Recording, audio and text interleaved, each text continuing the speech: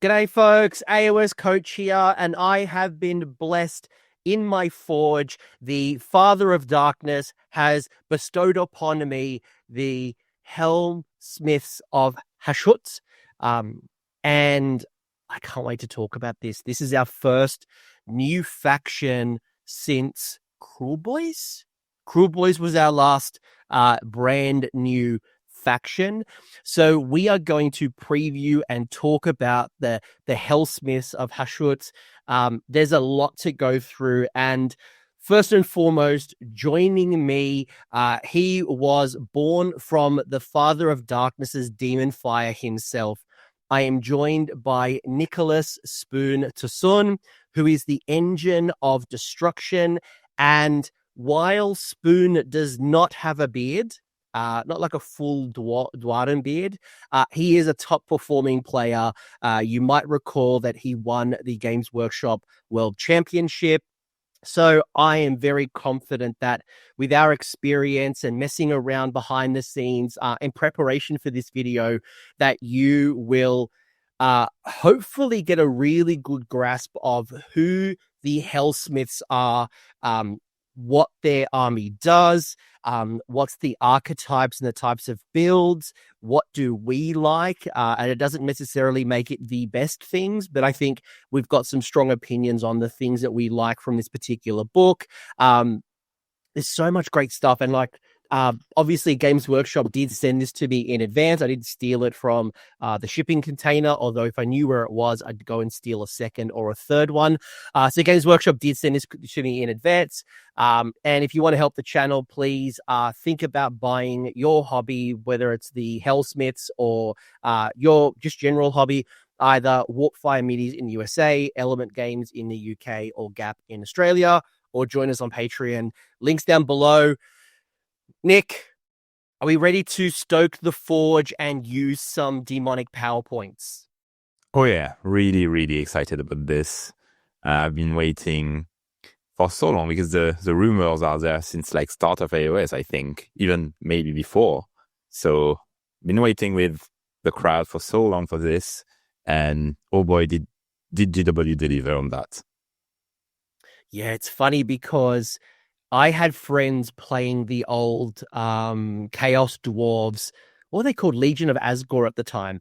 They were playing the old Legion of Asgore. We had the Kadai. We had all of this, the old Thomas the Tank Engine trains.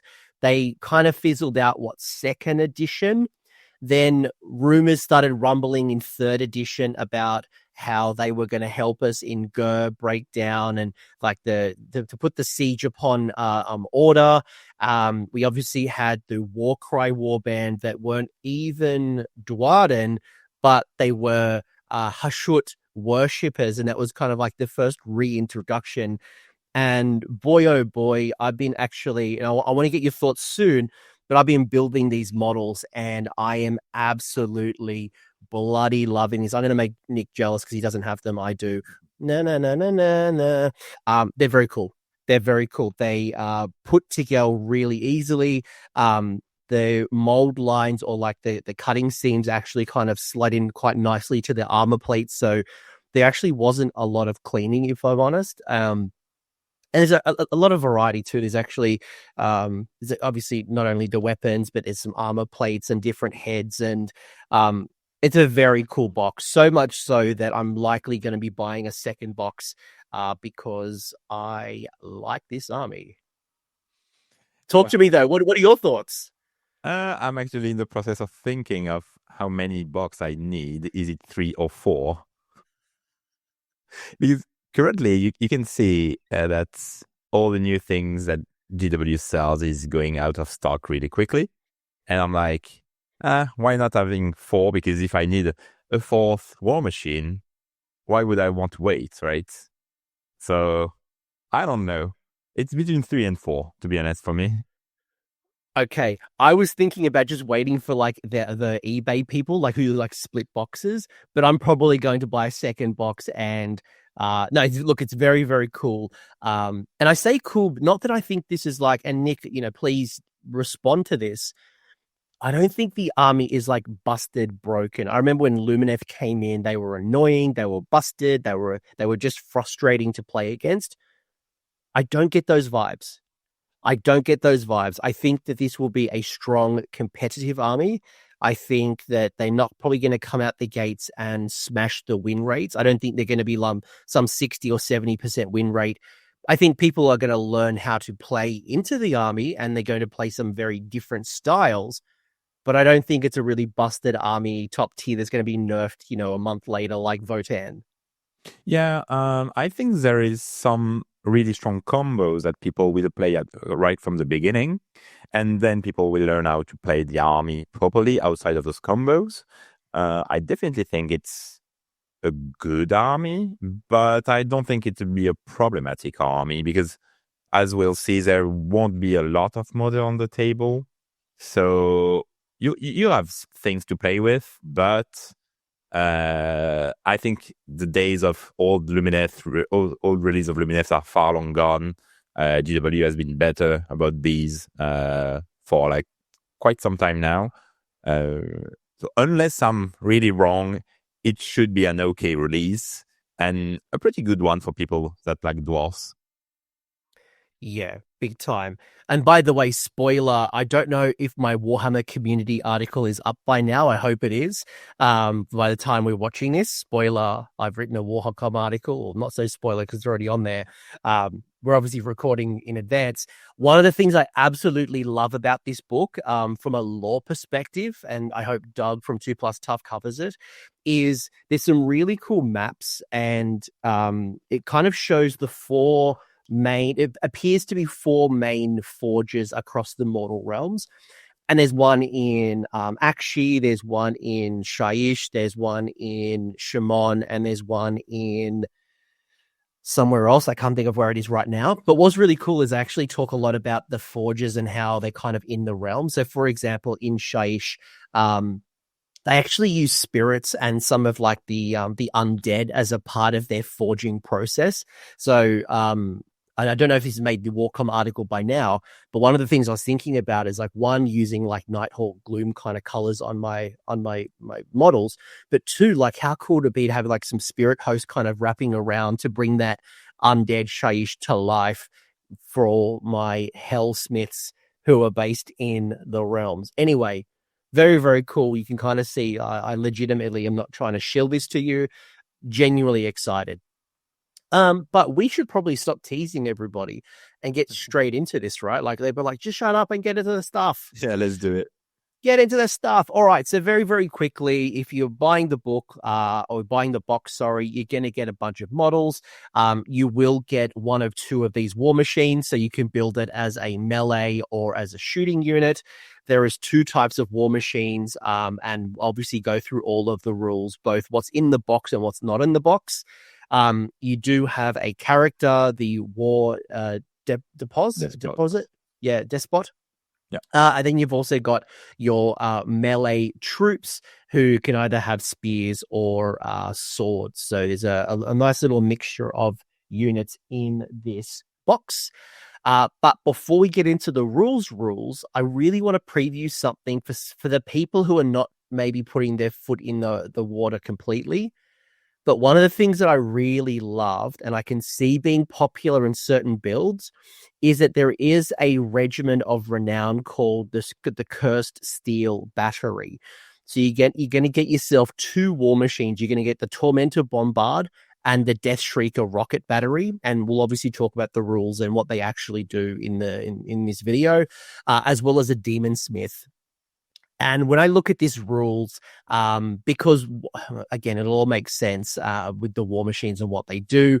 I love this. This is a 340 point regiment of renown, so very fairly costed. And I think it's going to bring some real benefits to your Heed Knights. You're probably complementary to Tzeentch. I think I can see it playing really nicely into Blades of Khorne. Maybe not Skaven. I don't think you need it. Slaves, I can see it playing really nicely. So I wanted to throw this out there for those who are looking for some range or some shooting. Maybe, Nick, I'll throw it to you. What are your thoughts on this one? Obviously, if you don't like it, you don't like it. But I think it is priced fairly. That if I was running certain factions, this is going to be popular.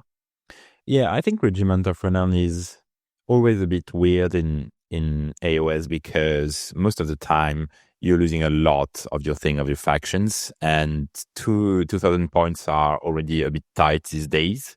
But these do offer good range options and also good abilities, as we are going to see when we go to the War Scroll after.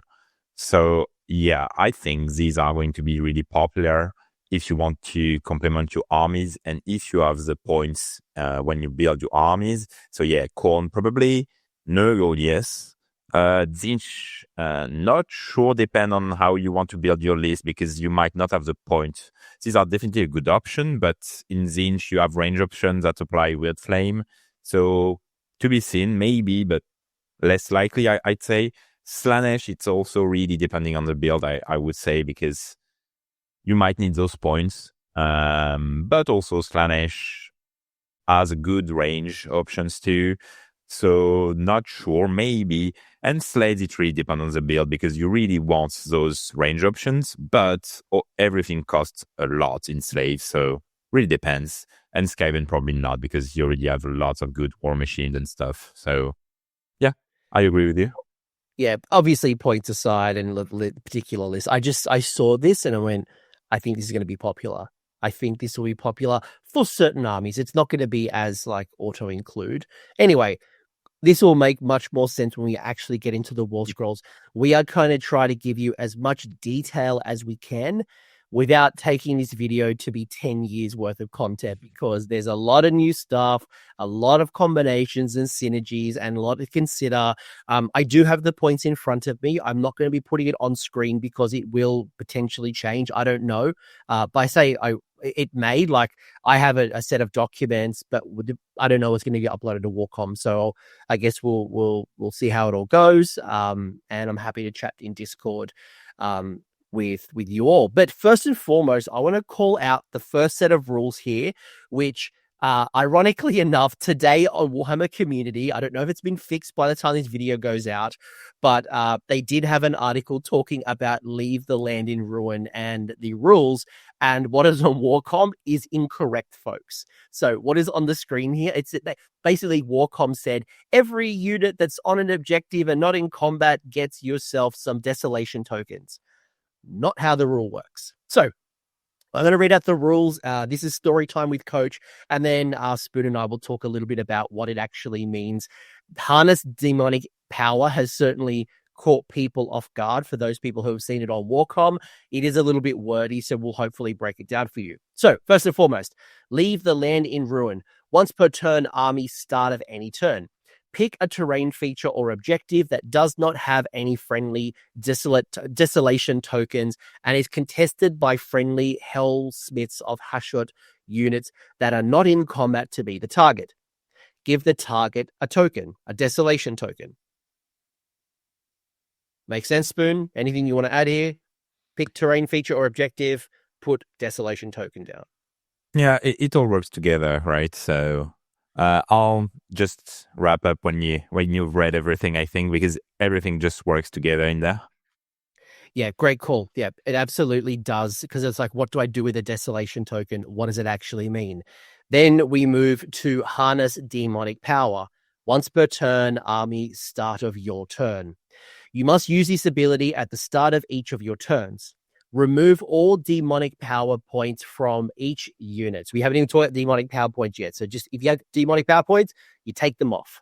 Then you gain 1 demonic power point for each friendly desolation token on the battlefield. Then allocate your demonic power points to friendly non-Hobgrot Helsmiths of Hashut units. Each unit can have a maximum of 3 demonic power points. Then all unallocated demonic power points are lost. Note, non-Hobgrot units that have abilities that become more powerful depending on how many DPPs. I'm just going to try to call it DPP from now on. We recommend using colored dice or some type of tracking and blah, blah, blah. Finally, you then have this once per turn ability in any hero phase for one command point called Reserves of Demonic Power. Pick a friendly non-Hobgrot Helsmiths of Hashut unit that has no demonic power points to be the target. If the total number of demonic power points that friendly units have is 3 or fewer, give 2 demonic power points to the unit. If the total number of demonic power points that friendly units have is 3 or more, give 1 demonic power point to the target.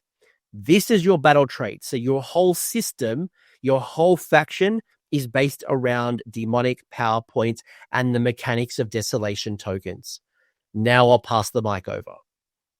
Yeah, so this is a really cool, I think, battle trait because it brings something that does not exist this much in AoS, which is a ramping army. So I like to use magic colors as comparison for some armies. So this is really a green army for me. So what the battle traits do, it's a lot of words, but it's pretty easy. At the start of any turn, so your opponent and yours, you're going to desecrate either an objective or a terrain. And then at the start of your turn, you're going to get 1 DPP for each thing that is desolated, basically. And you can just put them on units until you can cap out at 3 on a unit. And you have 1 ability in your hero phase if you need it to just start up another unit that did not receive any power points. It can either get 2 or 1, depending on the total of demonic power points you have on the battlefield. And I feel like it's been correctly written, meaning you can't go to 3 DPP with that ability. So basically, your army is going to get stronger the more you go into the battle, which means you will have to save your resources at the start of the battle, so that when you reach that tipping point where enough units are powered, you still have those units on the table to play. So it's a really interesting mechanic that does exist to a fair bit in AoS, but it's not the majority. And what I really like about this is it almost prevents you to alpha strike too much. You can still do things, but that's not what I really like about AoS. Some people do, some people don't. But this army is more about controlling at the early stage of the game than do your thing when you have enough power. It gives me feelings of like Daughters of Cain, or even Nurgle, where you're building up a game plan over time. Can I go into you turn 1 if I really want to? Yes. You could build yourself around Bull Centaurs and the Anointeds and get yourself a Bull Taurus. Cool. Go do that. Yeah. But the strength of this army is really going to be building up those resources over time. Top of turn 1, find that desolation terrain feature or objective, slowly build up those features, giving more and more DPPs. The great thing is in turn 1 and turn 2, where you likely need to be using your range DPPs, or if you're thinking about defensive styles or things like that, you can be allocating appropriately. And then when you need to have your go turns and you're looking for moving some stuff from your shooting over to your melee or into your magic, you can be manipulating your DPPs throughout the game, which I think is a really fun mechanic and is going to reward you because you don't just allocate it to one unit and then let them go be free. You're constantly playing around with your resources, which I think is really cool. And then obviously the reserves of the demonic power allows you to fast track or get a little bit extra if you're allocating your command points, knowing that it's about the total of the demonic power. So early turn 1, turn 2, you likely get more value from this, but some of your units, especially the units that you reinforce or you really focus around, getting them to that 3 DPPs and then having 1 or 2 on the side can be really valuable. And when we get to every war scroll, it'll show you how they play into the DPP mechanic. Yeah, and we'll see in the battle formation why having 3 DPP is really good, because it's not only on the war scrolls. What I wanted just to say really quickly is basically from these battle traits, on turn 1, you either will have 3 or 4 DPP to play with. On turn 2, it'll be 5, most probably. And after that, it'll be 7 and more. And you have some other ways in the book to have a bit more DPP, but not much.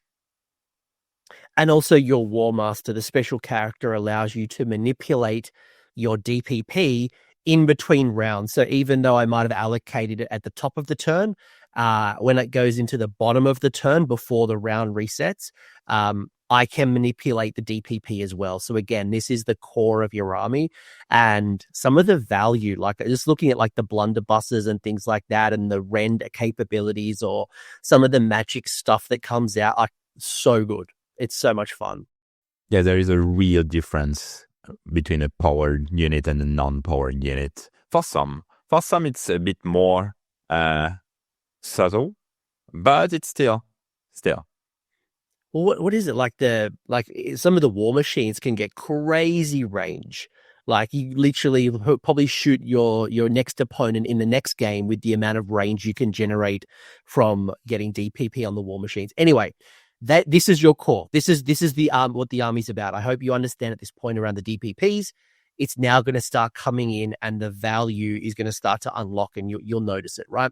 So as always, you have 4 battle formations. We either have the Hashut hosts, which each time a friendly Helsmiths of Hashut infantry unit has 3 demonic power points. Using the rally command, you can make 3 additional rally rolls of d6. Pretty obvious. Castigation Battery is add 1 to the attack characteristic of ranged weapons used by friendly Helsmiths of Hashut war machines while they have 3 demonic power points. The Bullfather's Horns will add 2 to the movement characteristic of your cavalry and monster units while they have 3 DPP. And then finally, the Demonsmith's Cabal will add 1 to the casting rolls, unbinding rolls, and banishment rolls, and chanting rolls for friendly Helsmiths of Hashut wizards and priests while they have 3 DPP. So your battle formation all requires 3 DPP, depending on what you want to give it to. What ones do you like the most? I just want to say a small thing about battle formations. I really don't like the concept of battle formation, as I really didn't like the concept of subfaction in third, that really limits the amount of different stuff you can put on the table. It really incentivizes you to just take more of that same thing, and I think it's a flawed mechanic. But here, where we are.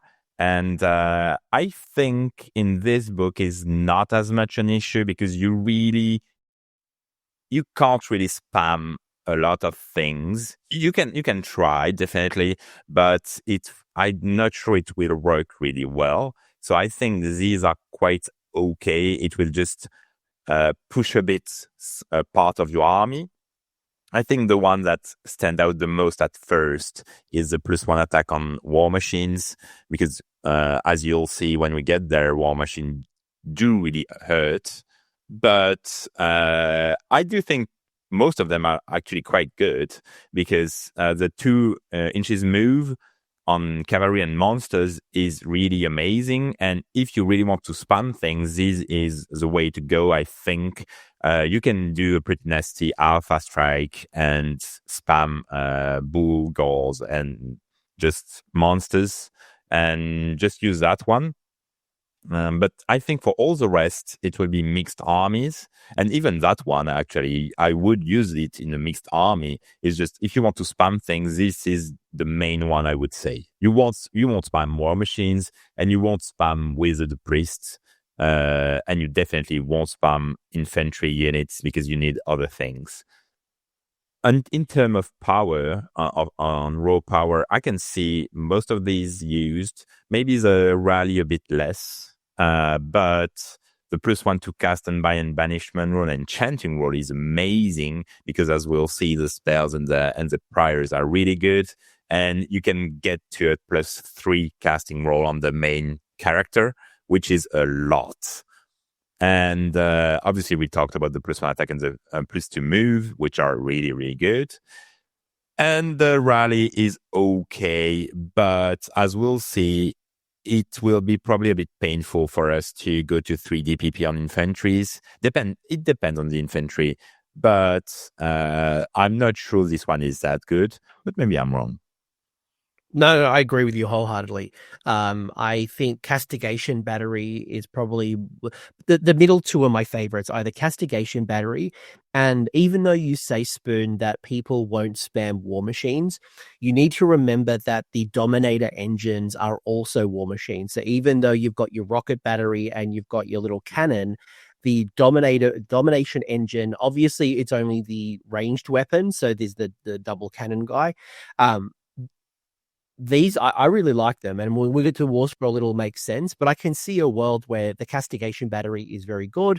To your point, the Bullfather having maybe 2 reinforced unit of your centaurs, whether it's one or the other, being led by whether it's the Demon Smith on Taurus or Ektar. I don't think you run both. That's a lot of points. It's like 700 points if you run two of those superheroes. But in saying that, just under 700. But I can see the 2 ones being really popular. But then to your point as well, if you've got like that ranged castle, for example, you got a lot of shooting, maybe it's more of the infantry shooting, and you want to power it up with Ektar or the Demon Smith, that Cabal is great. And you've got some good spells, you've got good prayers. I probably like all three of the 4. The rally is okay, but it's not really something, unless I'm trying to keep my shooting units and I'm worried about being shot off my castle and I'm rallying those guys. Otherwise, that's probably my thinking right now. Yeah, it's not really exciting, right? Not really, compared to like +1. I'm a destruction player, man. +2 movement, +1 attack on shooting, +1 to casting, unbinding, and banishment. Like, these are all the sexy things that that's what I like. Yeah. So you can see that these require 3 DPP, which combines really nicely with the battle trait of giving 1 or 2, but not 3 to a unit. So I really like that those 2 are not triggered with the command abilities that you get. The one thing I will call out as well is when I look at these battle formations, they kind of make me think about having to reinforce at least 1 unit. So if I was running the Bullfather, I'm probably running 1 reinforced unit of those cavalry, if not 2. Again, same deal with the War Machines. I'm probably having a couple of different War Machines. So it kind of does influence you a little because you want to have the 3 DP anyway. Interesting battle formations.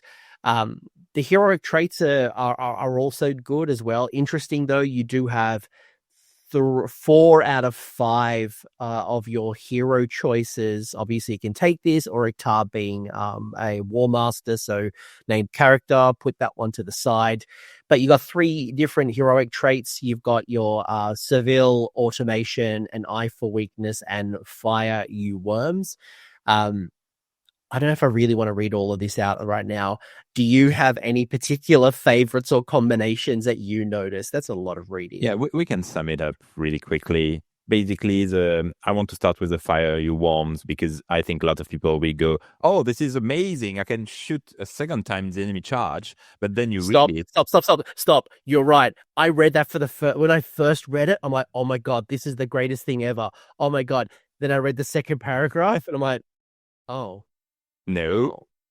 It was I went from like the highs to the lows in a matter of seconds. Please continue. Yeah, so you read the second part and it's like, oh, I'm only hitting on a 6. Let's not take that one, right? So the target can immediately use shooting ability. So this is obviously in the charge phase, right? So enemy charge phase, you've got this unit that's going to immediately shoot as if it's the shooting. Yep, cool, sounds great. All the shots are going to have to target the enemy that's charging. Great, no problems. Cool with that. It's like the new Arcanaut company rules. Like, yeah, I'm going to shoot before you get into combat. if the unmodified hit roll for those attacks is 1 to 5, the attack fails and the sequence ends. I'm like, what? What? So basically, I can shoot before combat on a 6+. Yeah. Yeah, no. I think the artifact is more that it was there for fun, and they were really afraid that it was too broken, so they added that, I think. And I'm okay with that, because I'm okay with some heroic traits being less optimal, but people just want to create some narrative when they play, and you're like, okay, you're charging, I'm going to shoot, I'm going to try to do things. So I'm okay with that. I don't think you'll see it much in the competitive scene, but as a narrative thing, why not? Cool. All right. Narrative people. I don't think even narrative people would use that, to be honest.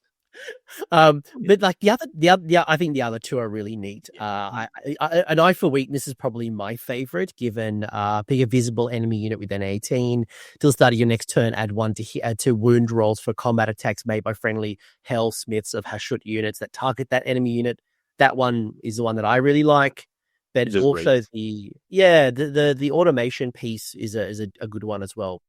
Yeah, the Eye of Weakness is just no dice roll. You get +1 to win against one unit. It's just amazing in all situations, even defensively.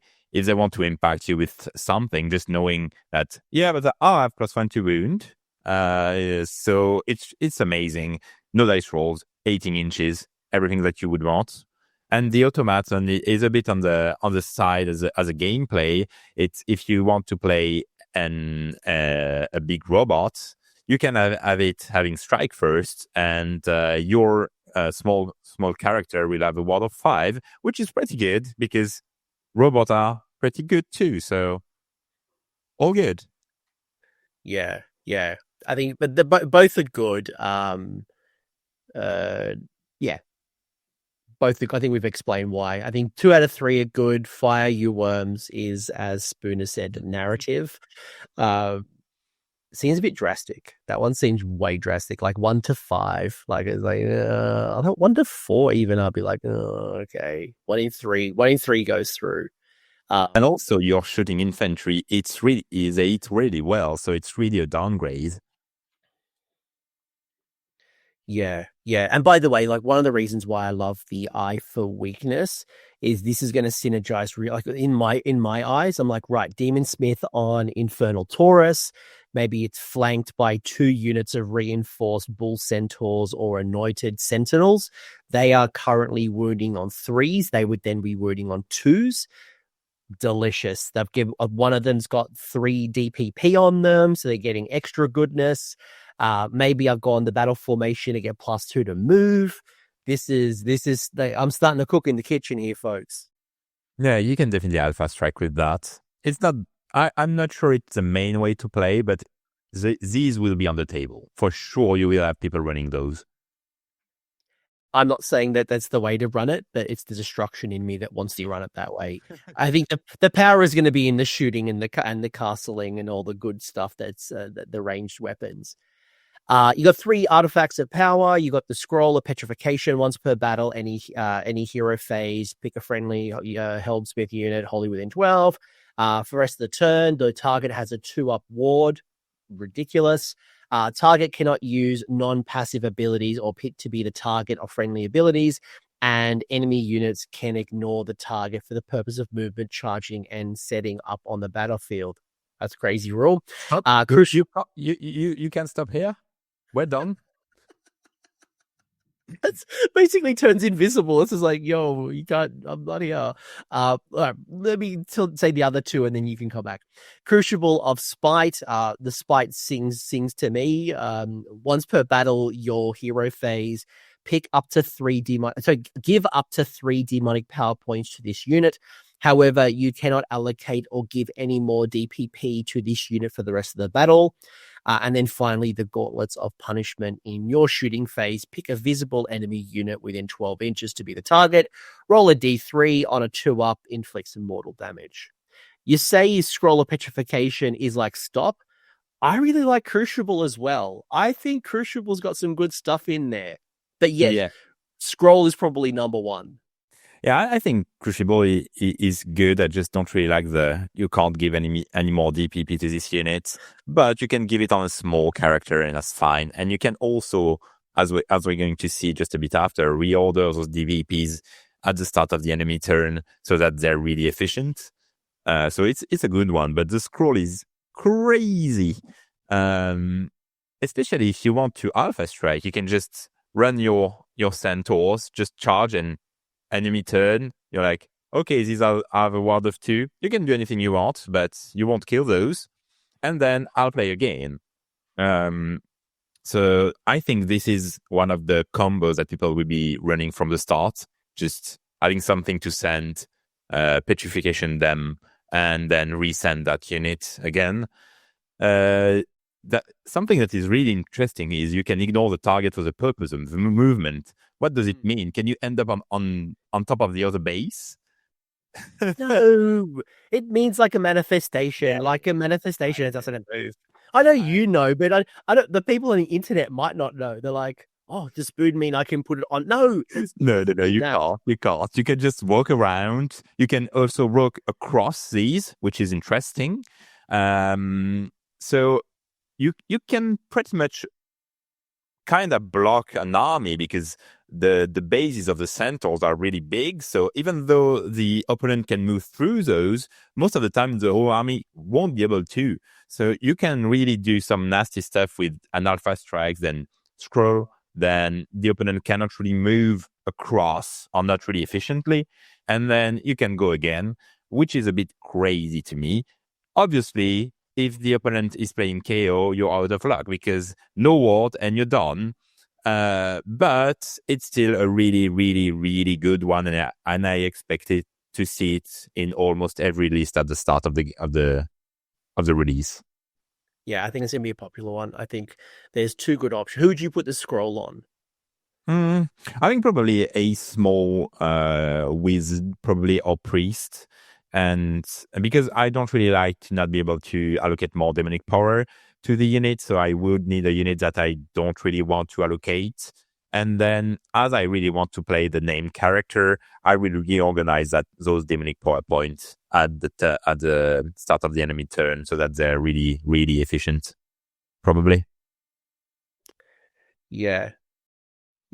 I would agree with you. I thought about this on a smaller target than the Taurus. Yeah. So yeah, like you could if you really wanted to, but I feel like I want to put more DPP on them throughout the game. I think that doing like a really good 1 turn is amazing, but I feel like you lose the value of that unit pretty quickly. I would rather have like consistent 1 or 2 over the game rather than just like 1 big ramp, because it's not going to be like crazy good in combat. You do have 3 spells, and what's cool is you also have a prayer law as well, which was really cool. So you can play with prayers or spells or both.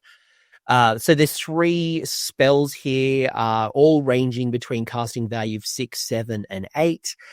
Hateful Fractures lets you halve a target's movement characteristic until the start of your next turn with a range of 18. It's your unlimited spell as well. You've got Ashen Smog, which is an interesting one because it does start playing around with that terrain feature with a Desolation token. And the terrain feature is going to have Obscuring, and then you get a chance to do D3 mortal damage to each enemy unit contesting the objective, but you do have to roll a 2 up. So there's a little bit of some hoop jumping on this particular one.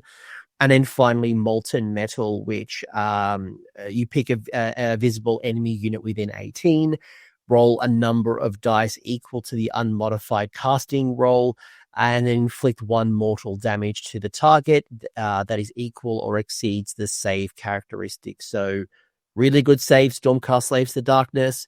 You take in mortals. You shoot against goblins. Not so many.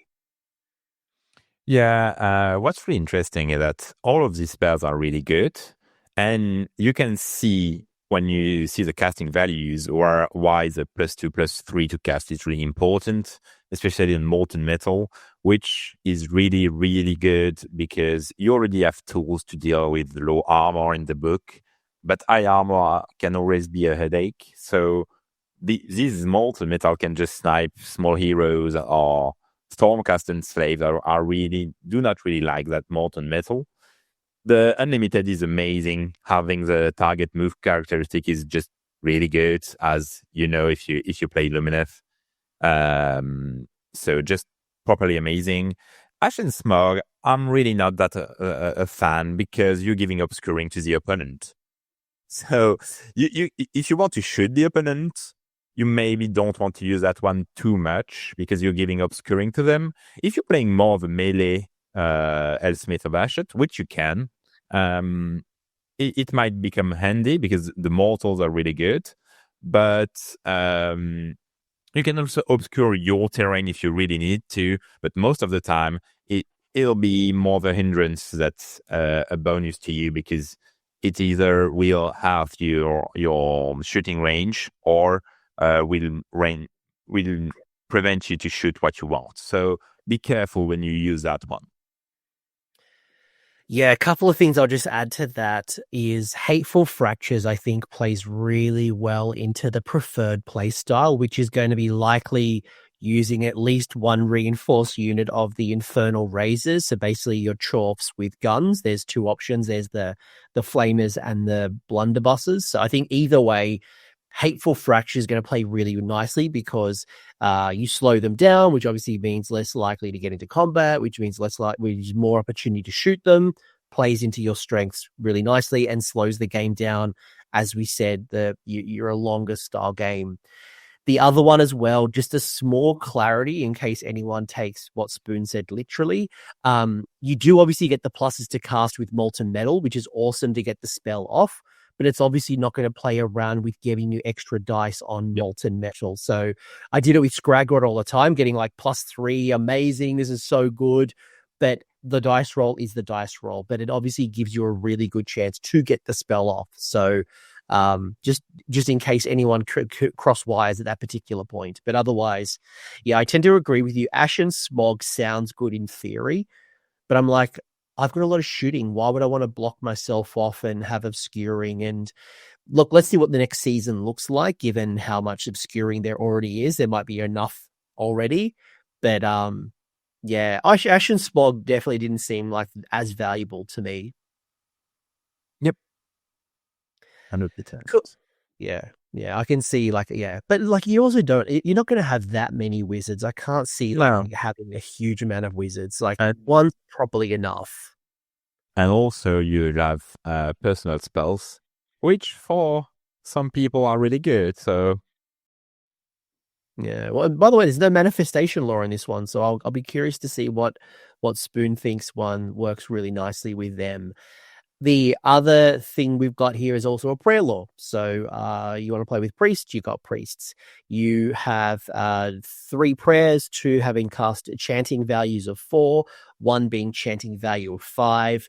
Your unlimited one, the Black Flames of Hashut, is picking a visible enemy unit within 12, roll a number of dice equal to the models in the target unit.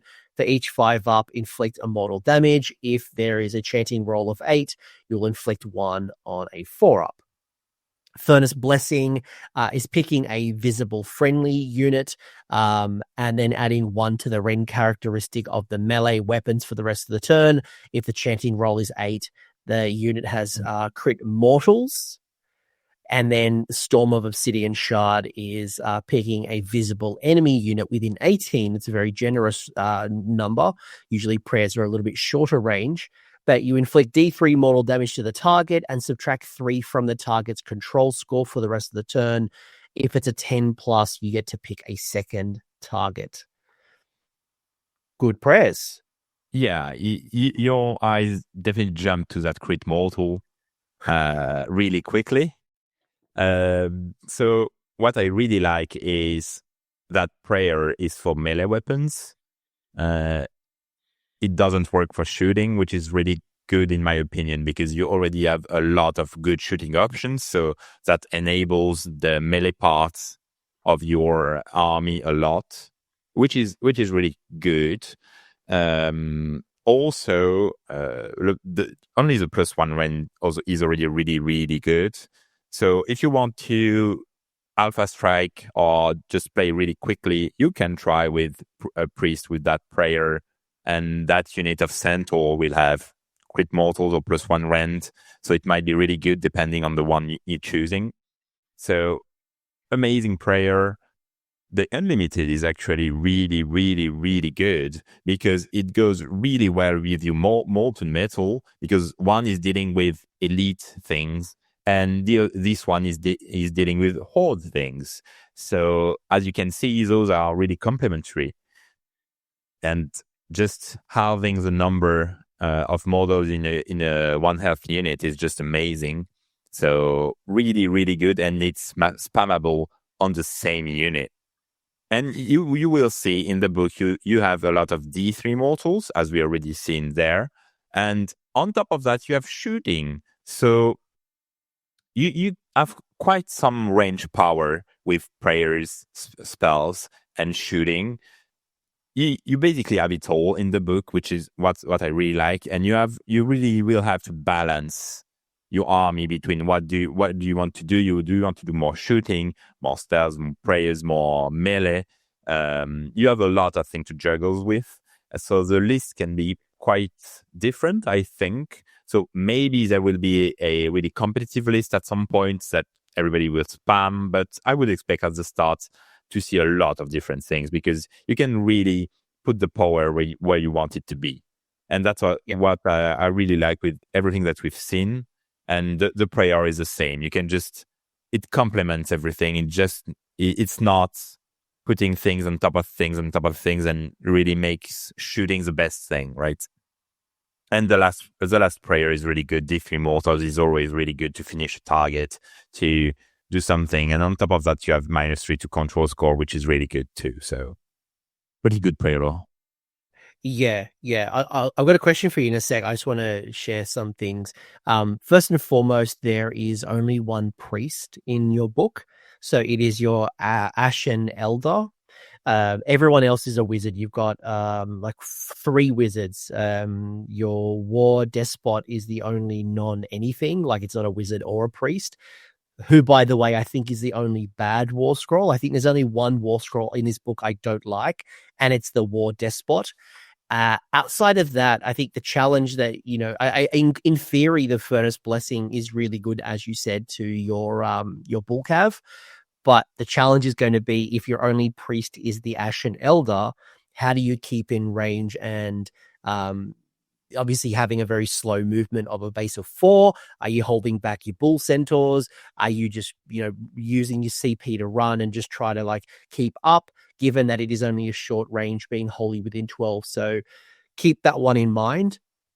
I think the question I've got for you before I progress is, do you think you take both a spell and a prayer lore? Are you looking at one or the other? As you said, some of this stuff is complementary, because all of these characters are taking away from our infantry, which really, infantry and war machines are the strength of this book. I think it really depends on your play style. You can definitely pick one or the other. For me, I will probably take both, because I really like the named character, so that covers spells, and the Ashen Lord will be somewhat cheap, so it's all right. And but as I said at the beginning, you won't have that many things on the table, so you will have to be careful how you use those resources. But yeah, I can definitely see people only playing one or the other, because they will just want to have more of the stuff on the table, for sure. Yeah. And that's probably the good thing about this book, is there is no auto answer. It's not like this is the one thing to do. I think both spells and prayers are competitive. If you were to take Oryctar and the Ashen Elder, you're about 500 points for the 2 heroes. So there's still enough fat on the bone to go out and build your troops and infantry and things. But I think both the prayer and the spell lore are good. Yes, in the ideal world, I'd take both. I think for me, I'm playing in the wizard space first. And if I had the points in the listers right, I'm going prayer lore. Furnace Blessing, I definitely want to play with, especially if I'm running with bull centaurs. But also, even actually, you know what? I know this is not the strength of the book, but the Infernal cohort, your infantry guys on foot. If you were to take a reinforced unit as opposed to just using them for screens, there probably is some really good power going in for the crit mortals using the Infernal cohort, given they've got 2 attacks each, and you're playing a volume game. Yeah, if you do that, you're going to play the War Despot because he gives +1 attack. You're going to 60 attacks, which is a big rampart. Which is insane. But in saying all of this as well, I don't know if that's the strength of the book, but you can. Probably not, but you can do it. Yeah, I can drive with my feet, my car with the feet. Doesn't make it a good idea. All right, that's the rules so far. So as I mentioned, no manifestation, and there is no faction terrain. Before we get into the actual war scrolls, any, I guess, closing thoughts right now at like a faction overall? Yeah. You have lots of factions that have really standalone war scroll, like Stormcast, Say to Darkness, those kind of stuff. Helsmiths of Hashut is not these. War scroll are definitely really, really tied to battle traits. And everything is tied together.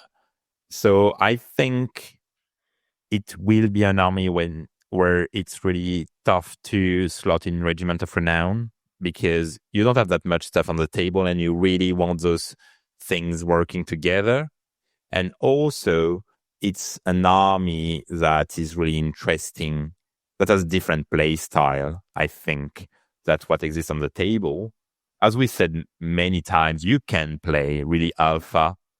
I don't know. I'm actually quite sure it's not the best army to do it. So people will probably run something else if they want to go alpha, but you definitely can. And you have the artifact to do it. But what I really, really like about all these battle traits and generic options are that you can really choose your gameplay. And I think you can achieve good results with lots of different gameplays here. The spell law is amazing. The prayer law is amazing. You have some option with Erythrace and artifacts. And you have a 5-round gameplay in the army, probably, which is really good. I really like 5-round games. I don't really like to go to a table and play in one turn and game is done. So all's good for me. Now you have to deal with a 4-inch move army, which is a bit difficult, I think, for a beginner. So I'm not sure this is a good beginner's army. I definitely would still recommend to try it if you like the models, because the models are amazing. But I think it'll be a tough army to start playing the game with, probably, because lots of combos to set up. You can't do a mistake early, and you have a low movement characteristic on most of the things. So not sure if it's a beginner's army, but if you want to do it, just do it. Yeah, I think if you were beginning and you're starting AoS, welcome. I hope you are liking this army. I think you've just got to dial it in and make it a simple thing. Have that 1 or 2 units that you're always going to allocate your DPP to. You have a very clear game plan, or just like have a little bit of shooting from like your war machines. Have this little mobile force that's like moving up slowly.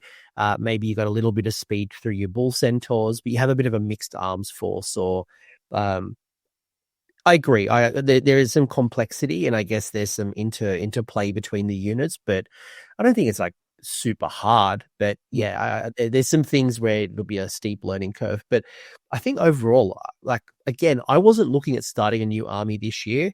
I was never a Chaos Dwarf player. I've never had dwarves in my life. I had I never really liked Cities Dwarden. I actually had no Cities Dwarden in my cities. Never really got into Fire Slayers, never really got into KO. But this is probably the first Dwarden where I'm like, there's something here. There is something here. And I don't know if there's a phase 2 and they bring out some extra war machines or the Kadai like they had in the Legion of Asgore, and they build out the range like Luminefs or like the Battle Cattle and some of the other things come into play. But This has got some good stuff. I'm genuinely excited about this faction. Probably way more than some of the others out there. Yeah, and as well, see the range is kind of complete, right? You have lots of everything. Well, you don't have lots, but you have everything. You have name character, monsters, war machines. You have melee infantry, shooting infantry. You have cavalry. You have prayer spells. You basically have everything, which I really like. The range is more complete than some of other armies that have been there for 10 years. You're probably missing that. Like if I was going to run a Bull Centaur army, or you're probably missing like that combat monster hero. Like, yes, the Demon Smith and Auraktar can do combat, but they're not really built to be like that Vampire Lord on Zombie Dragon kind of, or even like, yeah. Anyway, let's get into the rules. People are like, shut up, get into it. All right, cool. Let's start with the Big Daddy himself, Auraktar, the first Demon Smith. This is our one and only War Master unique hero, so no battle traits are going. No hero traits are going on this guy. What do we have here? Again, I'm not going to read out every single thing. I'll be here till Christmas, but what you've got here is a health 16, save of 3+, control of 5, movement of 10. You have both shooting and melee. The ranged weapon is 18 inches, 6 attacks, 4s, rend 1 for D3 damage, crit 2 hit, shooting combat. You've also got some pretty decent melee attacks. It's not just some useless wizard that flies around. 4 attacks and 6 attacks, hitting on 4s, 1's wounding on 3s, 1 wounding on 2s, rend 1 or rend 2 for D3 or 3. Though the most delicious there is the horns and hooves, which is the 6 attacks. And if you charge, you're going to get +1 damage. That moves it from damage 3 to damage 4. All out attack. That's a 3s, 2s, rend 2 for 4 damage on the charge. Not bad at all. Not bad at all. Obviously, that degrades a little bit when it's battle damaged. Your peerless among Demon Smiths is where you start playing around with your DPP. So if Auraktar has 1 DPP, it will get a 6+ ward. There's no base ward on this war scroll. If it has 2 DPP, you're going to get +1 to your casting roll and a 5-up ward. If it has 3 DPP, you'll get +2 to the casting roll. You'll have a 4-up ward against spells, prayers, and manifestations. Otherwise, a 5-up. The rule that I think is going to get people taking Auraktar the most, and why I would take Auraktar over a Demon Smith on Infernal Taurus, is the Master of Demonic Power, which enemy hero phase, you can remove up to 3 demonic power points in any combination from friendly units wholly within 18, and then reallocate those DPPs to a non-Hobgrot Helsmiths unit wholly within 18. You've got yourself a spell, and you've got yourself a rampage. Double wizard, by the way, to double wizard, both monster and war machine, which makes it really interesting with some of the battle formations. Yep. Over to you, Spoon. I do agree that the moving demonic point around is the main thing, but I want to shout out the spell that is really, really insane, because you basically draw 2 lines and everything in there takes D3, which is can be a lot of damage. And so it goes really well with Molten Metal, for instance. On some armies, you have already +2 to cast if you really power him. So this guy is going to do some serious damage in the hero phase. And his rampage is really, really good too, because you can move 2d6 after charging, which is always good, as this already exists on other things. So it's really, really good. Everything. It's a war scroll that I love, because it's kind of a mixed war scroll. You have to use his combat power too, because it's important. You can't just be a wizard too. and you have a lot of things that is going on with that unit, which I love. And yeah, basically it's like you have to use his health, you have to use his combat range, his range weapons, his melee weapons, and you really, really need to rearrange those 3 demonic power points. When you see in the War Scrolls what this DPP does, you will see why you want to rearrange what it do in the enemy hero phase, because you want to pour, for instance, some shooting in your turn, and in the opponent's turn you want to empower screens or defensive things, for instance, or even himself. If you pour him in the opponent phase, you can cast at +1 because you have +2 -1, and you still have a wall and things. So it's really a piece that does everything, and you will have to learn how to do those things properly for him to work, basically.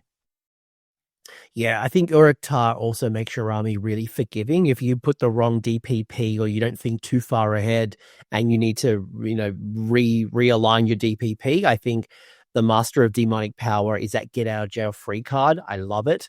I also think this is partially why the Crucible of Spite, where you give 3 DPP to a unit once per battle and then it can't receive, it could be a really good way to jumpstart where you're like, right, War Despot, you get your 3 DPP. I don't need you to get it again. I'm going to take it off you middle of the turn, give it to something else with the Master of Demonic Power, and then go do your thing, whether it's shooting or combat or spells or whatever. The funny thing is, when we get to the Demon Smith on Infernal Taurus, right now, there's only 30 points different between them. So when I look at this versus, and keep that in your mind, like when we go to the next War Scroll and compare the two, for 30 points currently, I'm taking Uruk-Tar every single day of the week. Every day of the week. It depends what you're playing, to be honest. 30 points.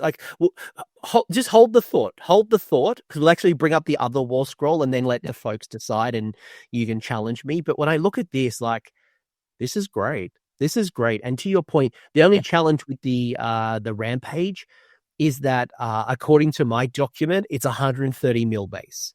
So it's a large base to be moving around. So jumping screens doesn't sound as easy as like even my son's army being on 130s. It was hard to do that. And you can reposition, but it's not, you can really be careful. So yeah, but you can even move back to 3 inches just to lower the amount of models that can hit him. That can hit him.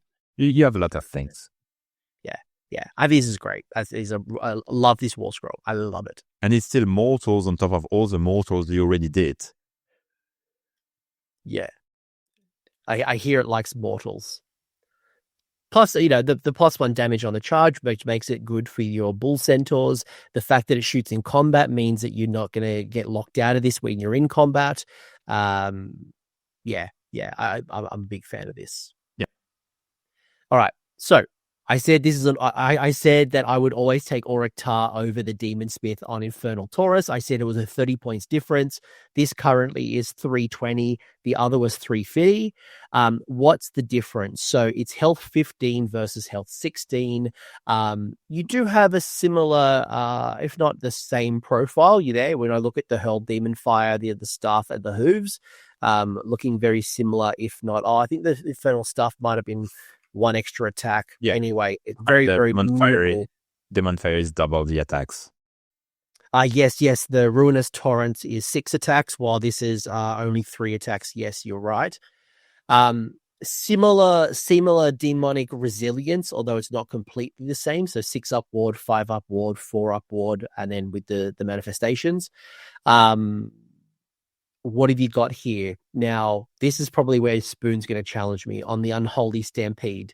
So while a friendly Helsmiths of Hashut cavalry unit is wholly within 12, they can use the retreat and still use charge, and they don't take mortals when they retreat. And then you've also got the Immolating Presence, where at the end of the turn, at the end of any turn, You can pick an enemy unit in combat to be the target, roll a dice. If it exceeds the target health characteristic, one model is slain. It is a single casting wizard, and it's a war machine and monsters, obviously not unique. Talk to me about the differences and why you think that this is still a really good option. Just for starter, I do feel like it's too costly. That for sure. But retreat and charge is an ability that you can't underestimate. It's so good because lots of things in the game revolve around tagging units. So just sometimes, if you really want to run centaurs, you will just take this guy because now I can retreat and charge my whole army and just do what I want to do. And it's really, really good. Is it worth 320 points? Probably not, but if you build the army around cavalry, you'll take him. But most of the time you won't, probably. He's a bit too expensive. He lacks the bonus to cast, and he's only a wizard one. So, and you can't do all the special things that Uraktar does. So definitely, I really prefer Uraktar, but he has a place. He has a place for some people. So I'm sure we will see him because I'm seeing people bringing centaurs, even though they are really fragile. My argument here is I'm not saying that the Demon Smith on Infernal Taurus is bad. I'm not saying that at all. But when I look at the 30 points difference and I get to manipulate my DPP, I got that charge movement shenanigans, I get the double casting wizard, I get all these extra things. Whether Uraktar is a little too cheap or this Demon Smith on Infernal Taurus is too expensive, I think the points discrepancy between the two means that I'm always going to go to Uraktar right now every single day of the week. Oh, I get the extra wound as well and the extra attacks. That I'm not saying this War Scroll's bad in the least. And to your point, if I'm running 2 or more reinforced units of those Bull Centaurs or the Anointed Sentinels, this is great. Works perfectly. Build around it. Yep, I agree. Good War Scroll. I like it. It offers a lot. Pick and choose. I'll be building Uraktar. When I get this model, I'll be building Uraktar first. Yep.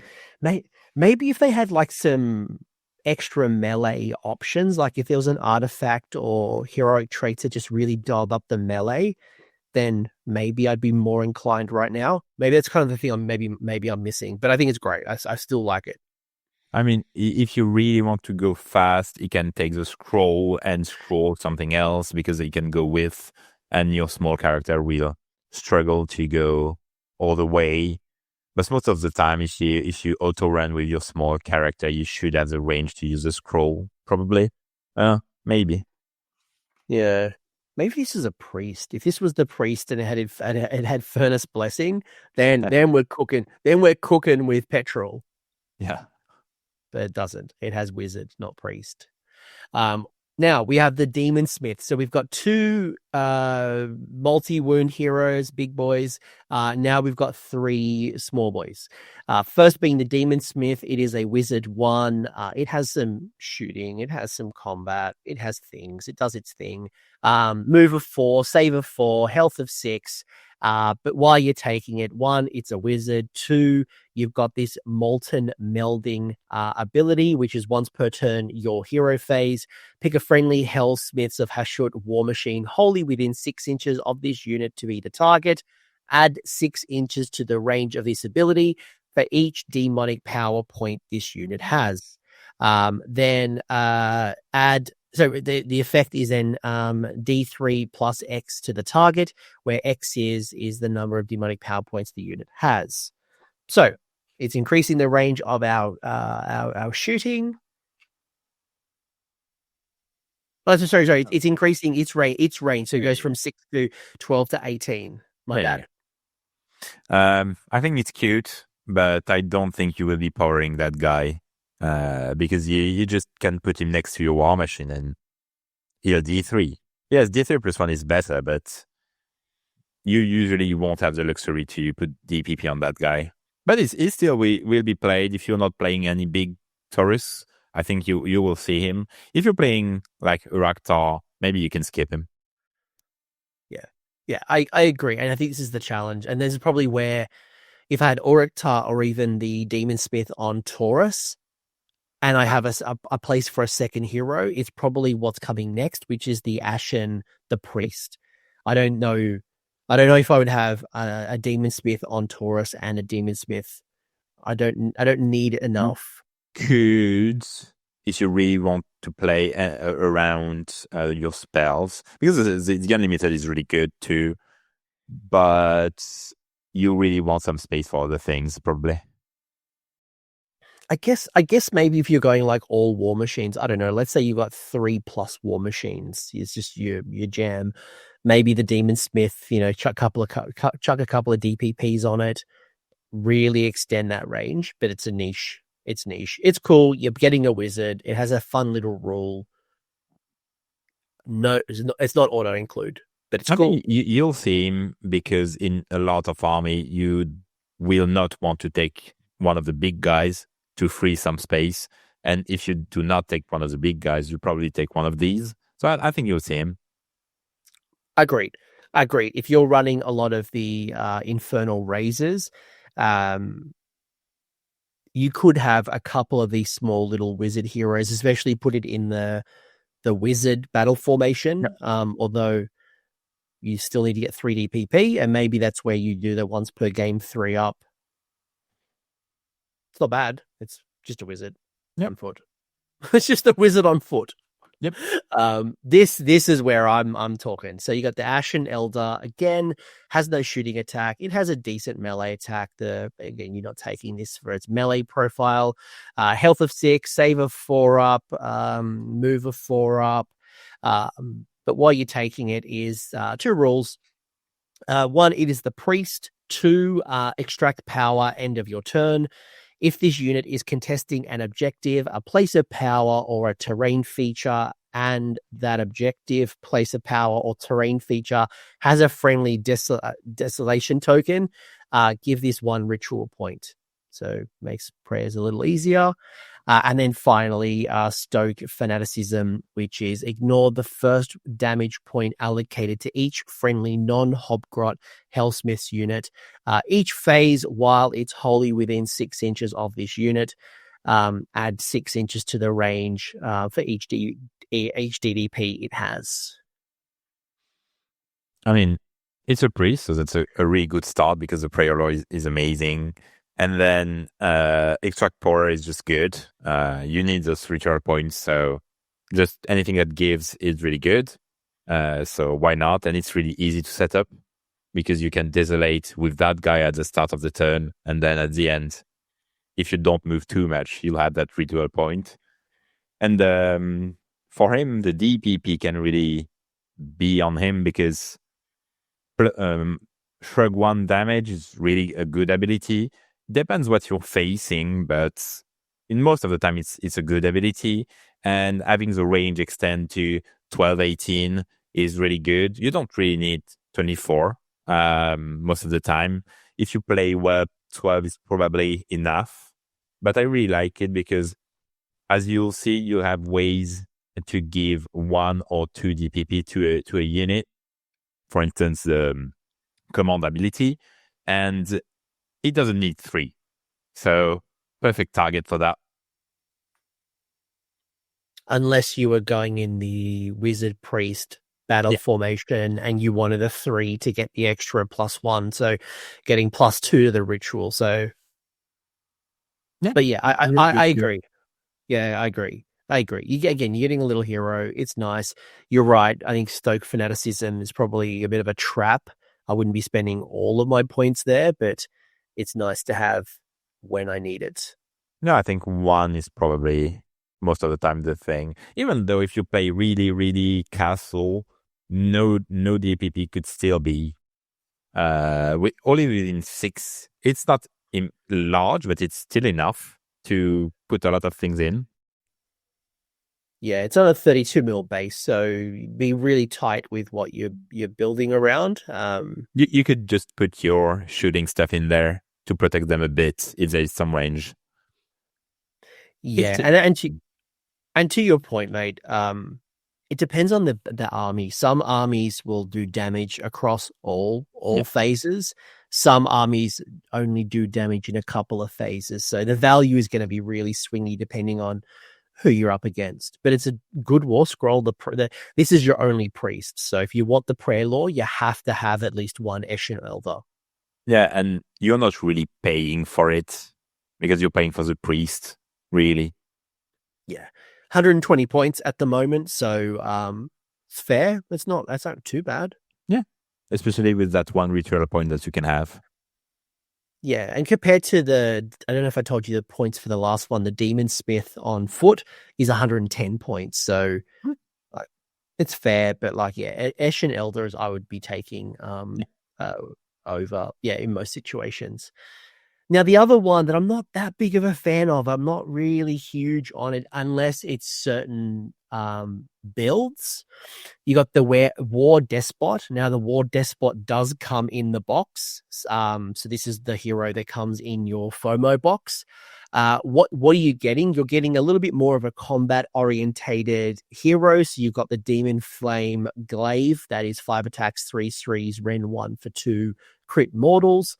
Why you're really taking him is the 2 abilities, one being Black-Hearted Conqueror, where you add 3 to the control score of friendly Helsmiths infantry while they're wholly within 6, and that range extends with the DPP.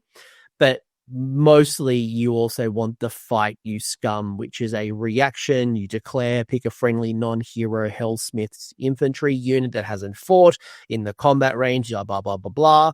Like other little 1-2 punches. The target can then fight immediately after this unit fights. And if you do so, you get to add 1 to the attack characteristic of the melee weapon. So really dialing up the Infernal cohort quite significantly if you're building into that. And then we talked about the prayer that gives you the crit mortals and things like that. Outside of that, I don't see a lot of value for him, but talk to me. Where are you at? Yeah, I think he will definitely be on the side for most builds, but you can build some specific ones like spamming reinforced infantries and having 1, 2, or 3 of these guys and 2 or 3 priests probably, and just trying to stack the prayer, because every one of that unit that has a crit mortal prayer will do 10 mortals, which is pretty okay. So you can definitely build around this guy, but it's still a 4-inch move infantry, so you probably won't get to eat what you want. The 3 to the control score, it's really funny how control score has not come into play a lot since the start of 4th. But in some games, it just does. So it depends. It's sometimes it's really amazing, sometimes it's not. You have to be able to not die to what the opponent does, which, to be fair, the infantries are a bit tanky, so you can probably survive. But is it enough? I'm not sure. And you have already a lot of other stuff to put in the build. It's not useless. It's just you have so much other things to put in the build. Yeah, and the Black-Hearted Conqueror, if we're going to take the War Despot, you're likely, as I said, combining it with the Infernal cohort. Infernal cohort, when we get to it, has a save of 3. It has a control score of 1. And if you're going to build into this, you're likely going to reinforce the unit, right? I just don't know if I need the control score of 3. Like, it'll be nice in clutch moments, but I think in most cases your cohort's probably okay, unless it's in the dying ends of things. But it's the Fight You Scum is really the value unlock if you're building into that type of army. Yeah, and to be fair, you talked a bit about reinforced unit, and I think you hit the nail here. As DPP powers a unit, you'll have double the value on reinforced units. So you will probably want to reinforce most of your units. And what I really liked is that they managed to make war machines and non-reinforceable things really good on DPP, so that you still want to spend them on those non-reinforceable things and not just put everything on double the unit size and just put DPPs there. So that's what I really like. But also, you will want to reinforce a lot of your units, which is also one other reason why you won't have a lot of things on the board.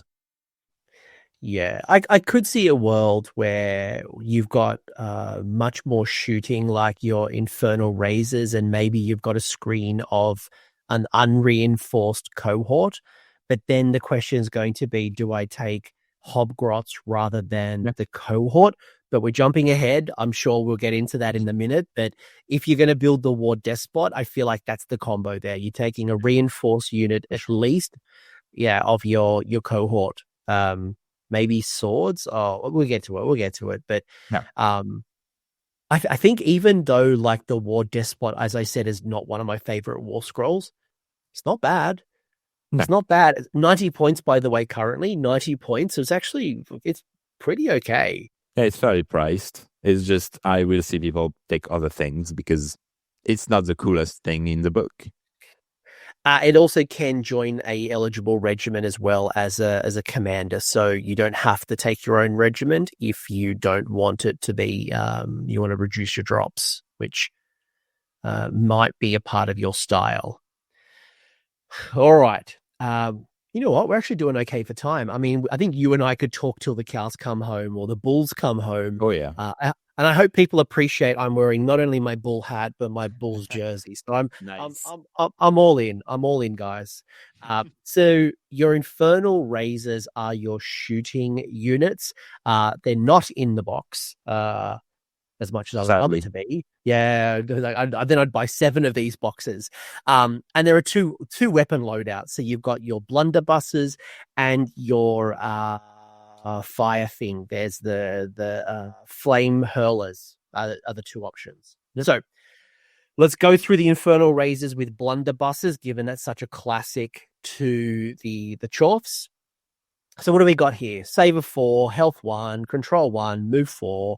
You've got your blunderbusses, which is a range of 18, a 1 attack, hits on 3s, wounds on 2s, no Ren for 2 damage. I remember seeing that first and being really disappointed and lackluster. I'm like, one attack for no Ren? Bleh. Then I looked at some of the rules. Let's go to the fun one first. Mangler of Metal. Add 1 to the Ren characteristic of this unit's ranged weapons for each DPP it has. That changed my opinion. I'm like, oh, hello, Ren 3, hello. Yeah. Yeah. And then you've got the other Hateful Hail, which is a once per turn army, your shooting phase. If this unit used the shooting ability this turn and all of its attacks targeted the same enemy unit, that enemy unit is the target.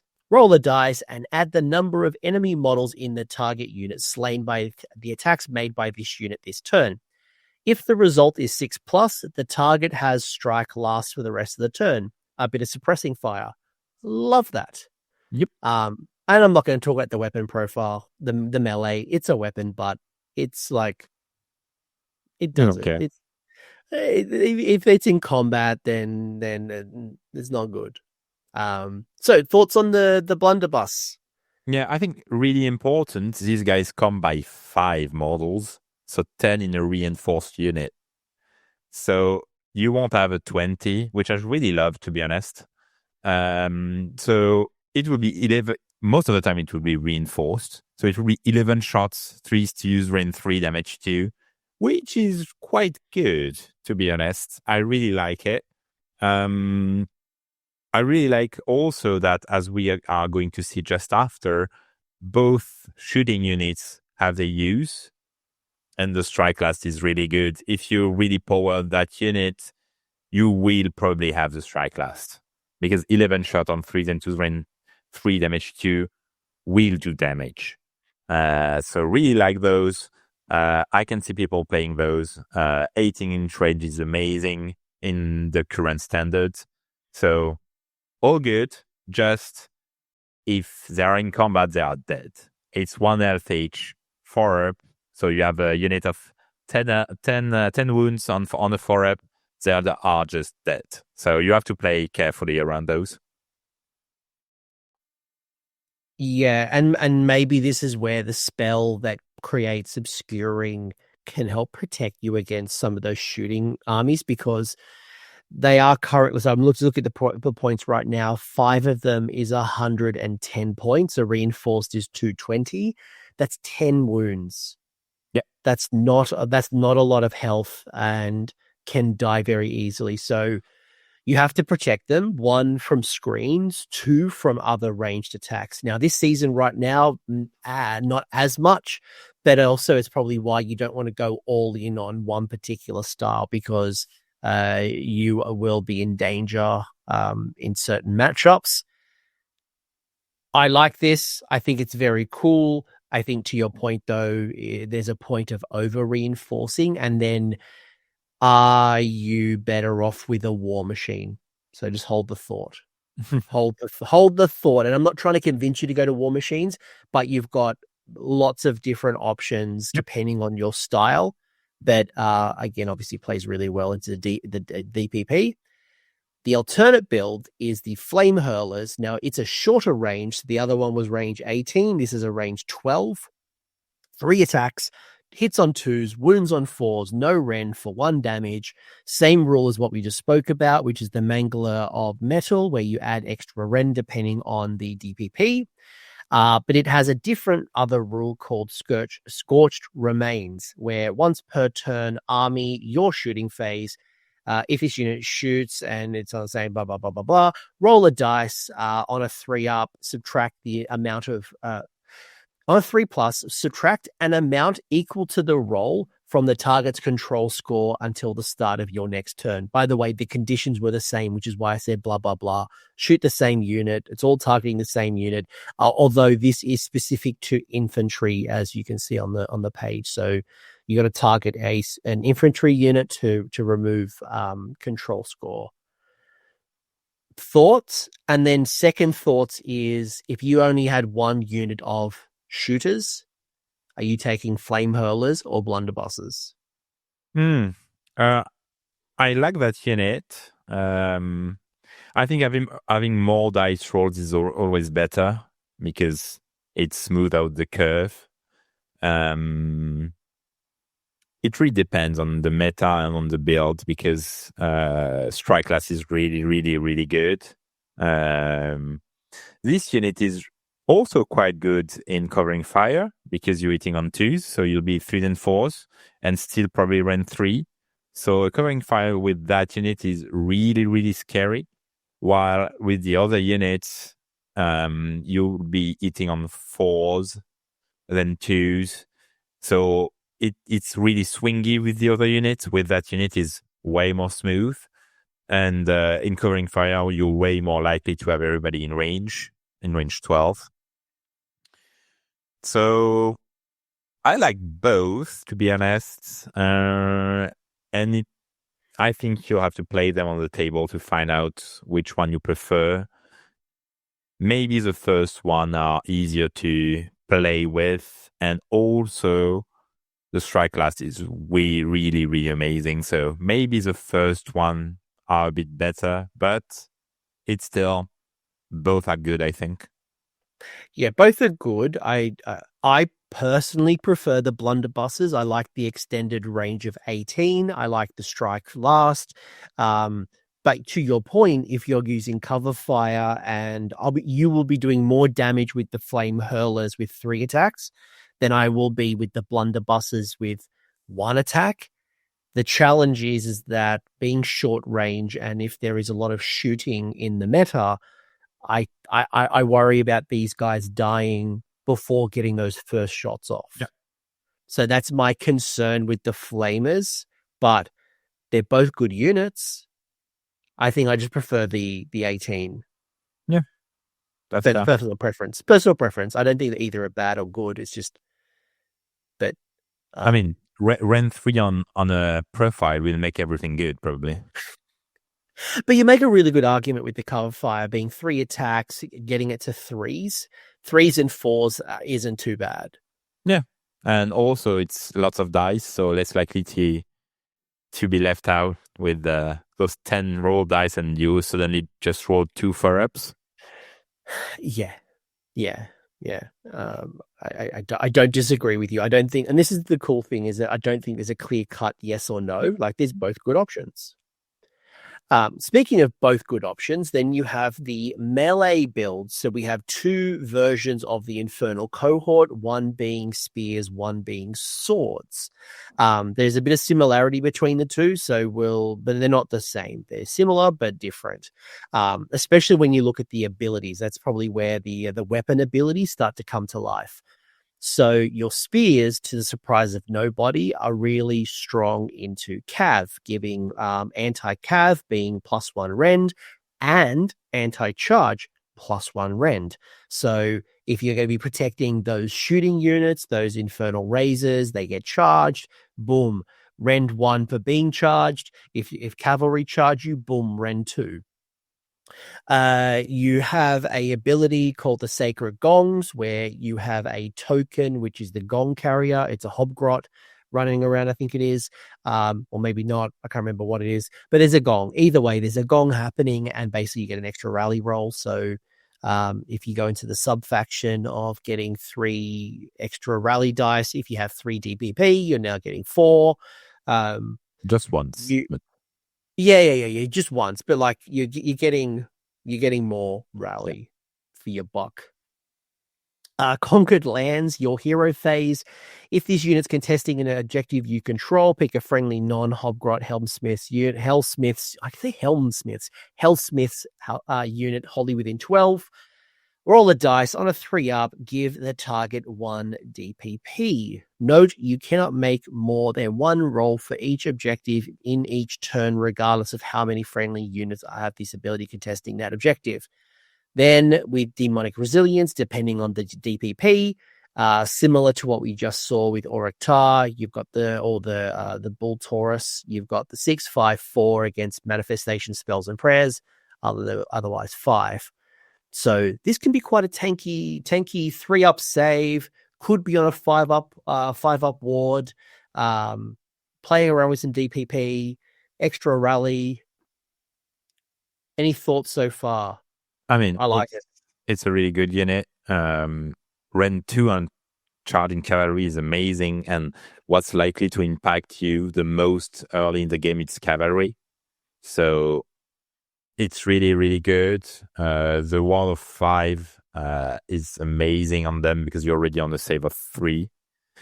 So it's really a good unit, but the thing that makes it really amazing is the 1 more demonic power point, because when you start with the command abilities that gives 2, you can suddenly go up to 3, which enables your battle formations, which enables a lot of other stuff.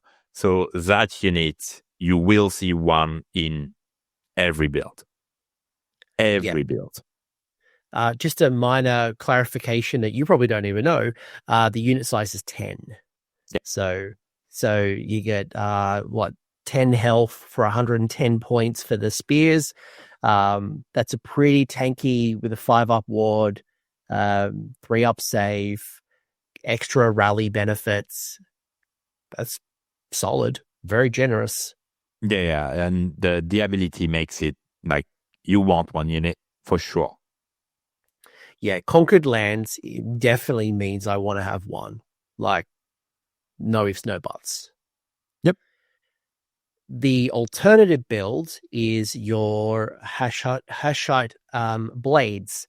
So what do you get? Gong's the same. We won't go over the gong. Demonic Resilience is the same. We can also give it a ward. The difference here is you don't get that DPP thing.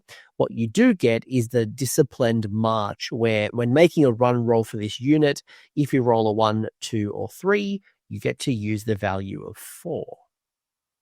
Won't lie.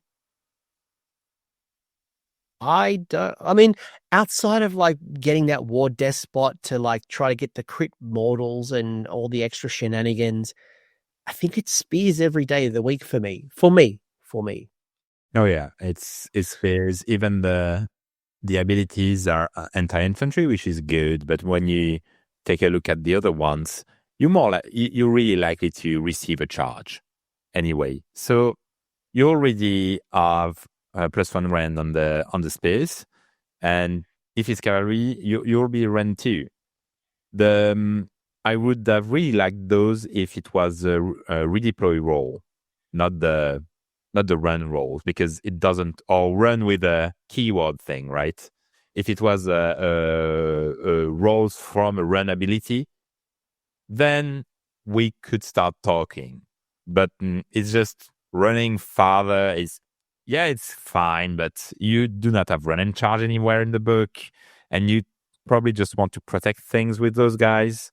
So yeah, spears, and yeah, the ability Conquered Lands is just spears, to be honest. The other problem I have with this rule is that I've just been talking for the last hour about the War Despot's only value is working with something like the Blades. Now, if I'm going to use a run roll, I'm now going to be outside of that ability from the War Despot.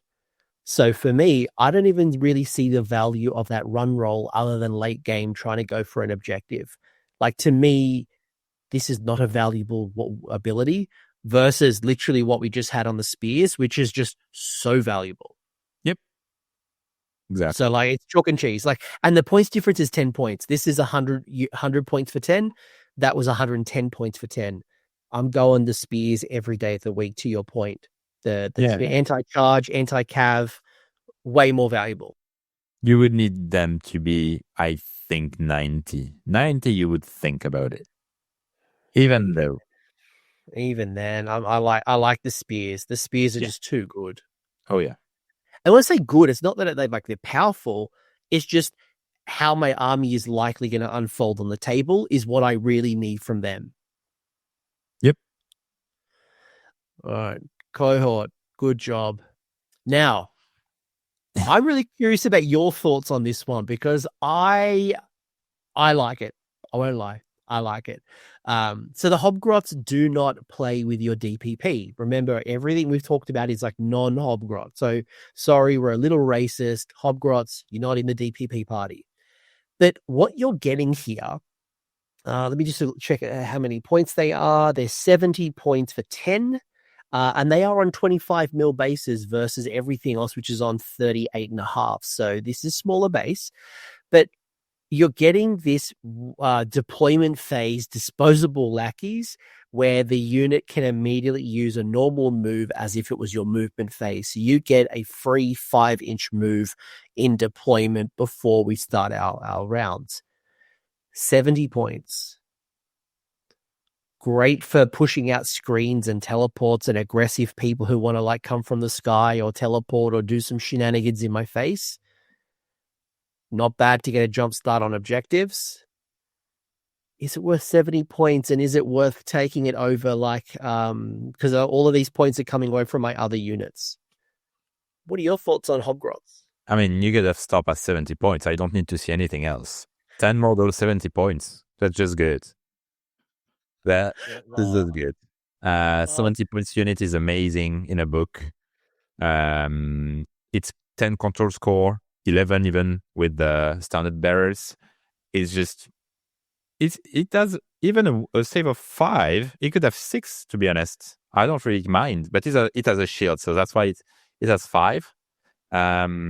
It's not going to be the core of your army, but you'll see those for 70 points. Just having disposable units is amazing. So you can just push back manifestations. You can push back deep strikes, all those things. You can go forward to block part of the map. You can just put on an objective for just one quick scoring. You can do so much thing for 70 points. And you are move 5, which is good in that book. So.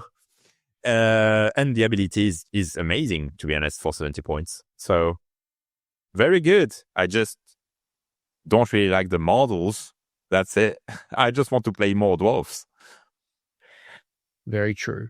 Very true. It's kind of relaxing though that I've got 1 or 2 units. If I take 2 units of Hobgrots, I don't have to worry about the DPP mechanic for them. Yeah. They're just idiots that move forward, go do things, score battle tactics, interrupt things, and I don't have to worry about the DPP mechanic for them. The pre-game move is incredible. The points value is fair. The question is going to be when you start approaching that 2K and maybe you're slightly over, these are likely the first to go. Yep, I agree. Though to be fair as well, like I partially look at them and then I look at like the Hobgrots in Cruel Boys. And I'm like, I think I like Cruel Boy Hobgrots better. Like I feel a bit more like, I don't know, lackeys. These feel less lackey. Something interesting is if you really want to, you can give them crit mortal. You can. Is there a list of spam with those reinforced Hobgrot Vandalz? Maybe. 140 points for 20 Vandals. Yep. Running around with crit mortals if you're using the prayer law. This feels like doubling down on a bad idea. It'll give them +1 attack. So basically, they are the same output as the other ones for 140 points. Okay, I'm just going to move forward. I'm sure there's going to be some crazy person who's going to do that. And please tell me. I was actually messing with Discord this morning going, yeah, who's going to sell me 200 Hobgrots? No. But they've got an interesting enough rule that I think they're worth considering. And I think actually to your point, 1 or 2 units actually is probably not bad for your battle tactic scoring and keeping your units protected, especially with the pre-game move and pushing out any of those deep strike teleports further away from your squishy units. Yep. So yeah, fair. And the points is very fair. Here's the fun thing. Here's the stuff that actually every single war scroll from now on is what I really want to talk about. This is the Anthony stuff if you didn't notice. So you got 2 versions of your centaurs. You have the Bull Centaur and you have the Anointed Sentinel. Bull Centaur, 4 health, 4+ save, move of 10. The melee profile is 4 attacks, hits on 3s, wounds on 3s, rend 1 for 2 damage. Charge +1 damage and crit mortal. You have 2 abilities, one being Crush the Unworthy, where you add 1 to the charge roll for this unit for each demonic power point. So could be up to +3 to the charge. That's very tasty. And then the other one is the Bull Charge, which is any charge phase. If this unit charged this turn, pick a visible enemy unit within 1 inch of the target, roll a dice for each model in the unit, add the number of demonic power points this unit has featured for the roll. On a 6+, inflict 1 mortal damage on the target. Okay, this is our melee focus. Go in and charge and do stuff. Could be 3 damage on the charge, a little bit of mortals. And obviously the fact that we can get up to a +3 on the charge, in addition to the battle formation that could give us +2 to the move. Talk to me, Spoon. Yeah, these are really fragile. I just want to start with that because it's 24 health on the 4-up save. So you can't do crazy thing with them like you would with Chaos Knights or things like that. They are quite squishy. But they hit really hard. Powering them to 3 is really useful because you have more mortals. The +3 on the charge is really good. And the +2 move, if you take the battle formation, is good too. So it's a really good unit, but you can't do... you have to think about what you do with them. Obviously, the combo that I talked about is first charge, petrification, then maybe recharge, probably not because you would be tagged. But if you have the non-name Taurus, you can retreat, then recharge. So it's a good unit, but you will have to be careful how you use those because they will die really quickly. So I like it. I like it. The challenge, to your point, though, is 3 models is 190 points currently. So a reinforced unit is, 380? Yeah. So you just said they're a little bit squishy. 4 up health, obviously times by 6. That's a 4 up save, no ward abilities. So if you're going to do it, you need to really keep in that threat range. Use the +2 to move, plus up to 3 on the charge, to almost slingshot catapult them into the thing while staying out of threat range. They're not Varangard that you just charge forward and, smash. You've got to be a little bit techie with these guys. But Yep. I really like it. Although when I look at the Sentinel, they've got a rule that I just froth over. I love the other one, but these are good as well. I could see almost having I can even see either having one of each. You go double down on these guys, or you could go one of each. I definitely will buy one of each, but the crit mortals and the charge +1 damage definitely makes these more damaging than the others. Like if you want pure power, it's these, but they're a little glass cannony, a little. Yep. The alternate one is the Anointed Sentinels. Now I'm just going to go straight to what I love about this. Zealous counterattack. So you declare a counter charge, and this unit has strike first for the rest of the turn. And you get to add +1 to the charge for each DPP. So you could be doing +3 with a counter charge, striking first. It is anti-cavalry, so Ren +1, charge damage +1 damage. So you could be going up to Ren 2, damage 3 on those 3 attack glaives that are hitting on 3s, wounding on 3s. It's a little different, probably a little less damage than the Bull Centaurs, but they've got a refined role, and the fact that they're going into Cav, although you've got to survive the Cav from charging you. So it sounds good in theory, but does it work?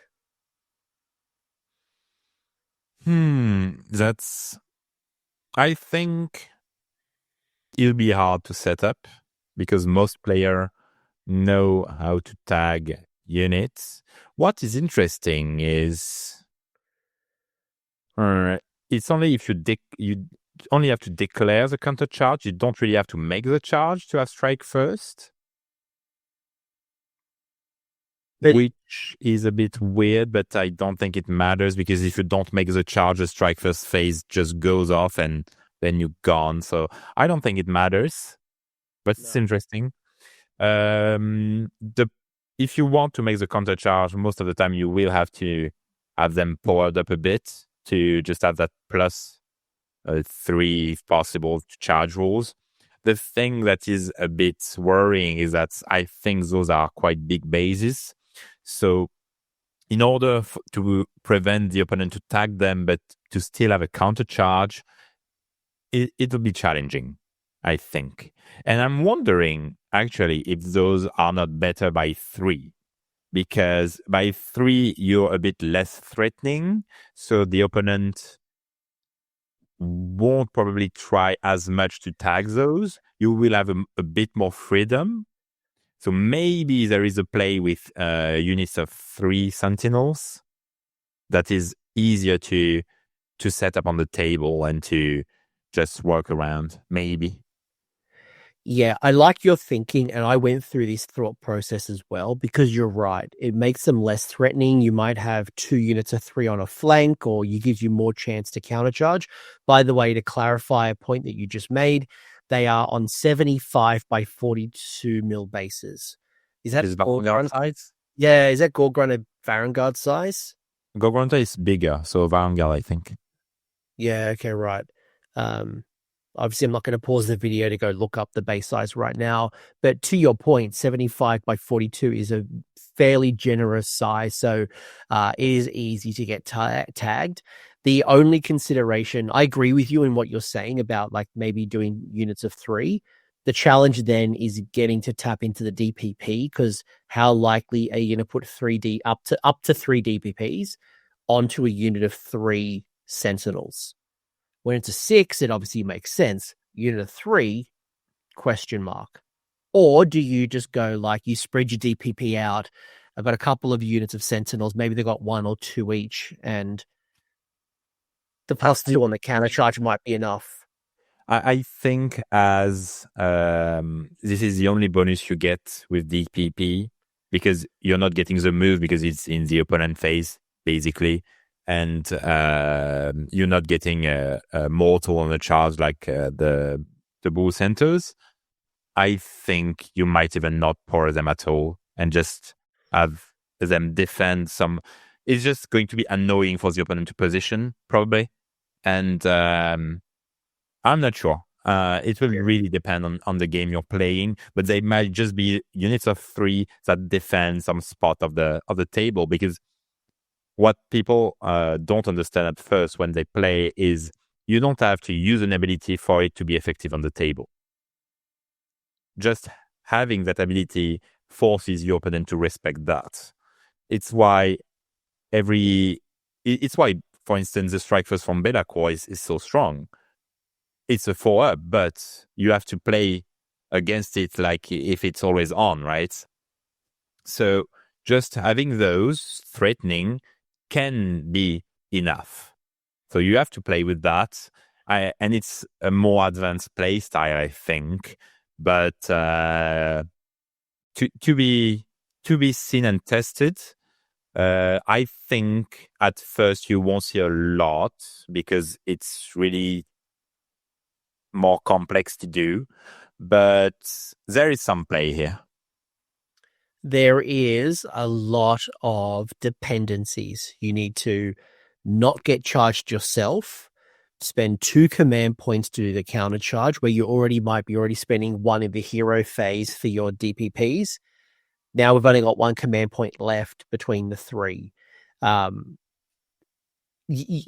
there's a lot of thinking here, and I think it works in theory. How often does it work in practice is question mark. And is it just better to run bull centaurs who are a little bit more obvious, a little less resource dependent, and probably work better as a unit of 6? I think this is going to be the great opportunity for the community to explore. But I love that there's an alternate to this, which gives you a bit of flex. It's not like the same unit with 2 different weapon loadouts. There's 2 legitimate different play styles on the table. Yeah, and also the book also needs some depth. So it's really good that you have things that are not obvious at start. Yeah, and by the way, this unit is a little cheaper than the Bull Centaur. So this is 160 as opposed to 190. So that actually might be helpful as well for those lists that are just creeping over 2K. Yep. Ooh.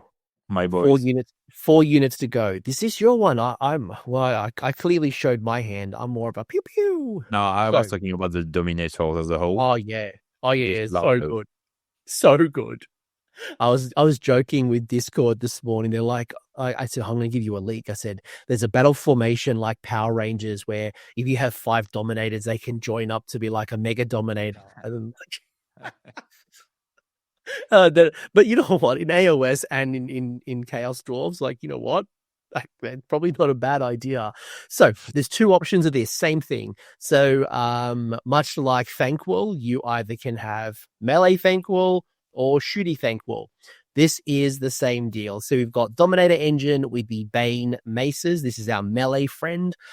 Bane Maces have 4 attacks, hits on 4s, wounds on 2s, rend 1 for 3 damage apiece, plus 1 damage on the charge, 10 health, move of 6, 2 up save, control of 2.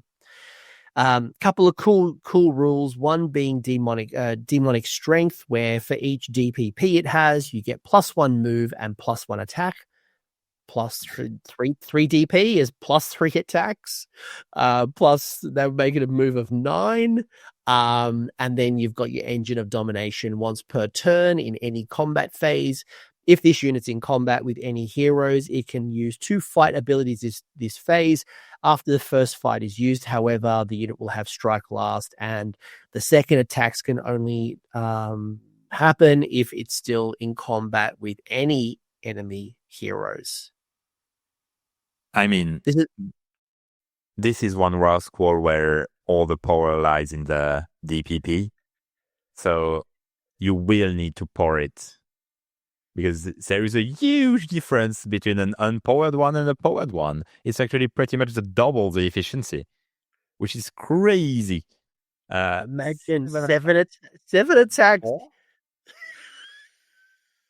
It's something, and movement 6 to 9 is miles ahead.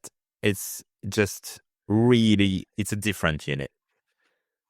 Also, the double strike is not that hard to do, even though there is a lot of ifs there. It's not that hard to do. So you could be reaching 14 attacks, damage 4 with that guy. And I know you haven't with 2. Yeah, and I know you haven't forgotten about this, but with the Castigator Battery as well. Oh no, so this is the ranged weapon. Sorry, my bad. My bad. I was going to say you get the extra attack. No, that's only for the shooting. But still, 7 attacks on damage up to 4 is so good. And you can strike twice if you're fighting big heroes like Manfred or a lot of other things. You can just 14 attacks. Let's do it. Yeah, 14 attacks more is quite hitty. You know what? If I'm the other player, right? Like I'm Vampire Lord on Zombie Dragon, I'm Ghoul King on Terrorgeist, I'm like whatever insert monster hero. You look at the Dominator engine, you go, yeah, I can take that. And then you're gonna get one lesson, and you're like, you know what? Maybe I shouldn't have done that. And also something that is quite cute is you can have that guy strike first, which means you can double activate him before anything happens. How you strike it first? With the Servile Automaton. Of course. Which is really cute. You can just double activate him right away. 14 attacks, damage 4. Now it's your turn. What's left? Yeah. That's good. And by the way, this is 170 points. It's a war machine. You can't obviously reinforce it. 80 mil base. You know what? I don't think I would build a list without one of these. I'd maybe even go as far as say as I like 2 of them. Maybe one of each profile, but I like this model a lot. Yeah, and yeah, the model looks amazing. And you will be struggling for points in your lists. But it'll be worth it. I'll have 2 Dominators in my list. Melee guy, solid. Alternate is the shooting guy. So what you've got here is same profile, move of 6, health of 10, save of 2. No surprise, its melee profile is a little dialed down. 3 attacks, hits on 4s, wounds on 3s, Ren 1 for D3, charge +1 damage. But what you do get is the ranged weapon, the Immolation Cannons, which is range of 8, 5 attacks, hits on 2s, wounds on 4s, Ren 1 for D3. It is anti-cavalry, so +1 rend, and it can shoot in combat. It too will get the demonic power stuff there, so you will get +1 for each of the DPP. Notice that it says attack characteristics, so that is healthy. And it has the all must burn ability, where picking target units for this unit. When picking targets for this unit's shooting attacks, you must, if you pick more than 1 unit to be the target of those attacks, add 2 to the attack characteristic of this unit's immolation cannons for each target picked. However, those additional attacks must be split evenly between the targets you picked. I mean, if you stack up everything, you can have on the profile 9 attacks, right? If you have 9 targets, you will have 27 D3 attacks. Which is definitely good. Really? You won't have 9 targets, but those 10 Death Masters, Skaven Death Masters list, but burn everything. Just smell of dirty rat hair everywhere. Yeah. So this is one, it's really funny because it's a profile that if you only read the profile, you're like, meh, not that good. And then you read the abilities. And something important is that when it's fully powered, its melee weapon is not that bad. It's actually 6 attacks, 4/3, Ren 1, damage D3 plus 1. It's not that bad for a shooting unit. So pretty good. And the shooting can become really crazy, really fast. If you have 2 to 3 units, it's already 15 attacks. You have to split them, but it's 15 attacks, damage D3. It's a lot. So really like that profile. Yeah, this is a little more expensive. It's currently 190 as opposed to the Mesas, which is 170. But with my list that I'm building, if I'm going to run in like the Infernal razors, I'm going to have one of these in the middle. I'm going to have one. Actually, because it's twofold, right? I could have one melee. So if you break through my line, I've got some melee defense. Then I'd rather just shoot you more. So I will have this guy in addition to the blunderbusses or the flame hurlers or both. Maybe even having that little like reduced damage within my little bubble and some of the other things you said. Pretty decent. Yeah, and you have shooting combat, which is really good. You just have to be careful to be in combat with 2 units so that you can split and have more attacks. But yeah, it's really good. Save of 2+ is so good. Oh, yeah. It's so good. Like, I'm triple checking that I wasn't in error. Like, this is just so good. Nope, it's 2 up. They look like a 2-up save, right? I get it. There's a lot of things that look like they should be a 3-up save that are 4-ups or 5-ups. But either way, okay. Last question before we get to the other war machines. When you pick up the first FOMO box, let's say the folks at home are picking one FOMO box only. They're not as rich as you are, Spoon, in your mansion. Would you build the melee or the ranged weapon version first? I just have one correct answer. It's magnetize. I think they are pretty easy to do, right? You build them, right?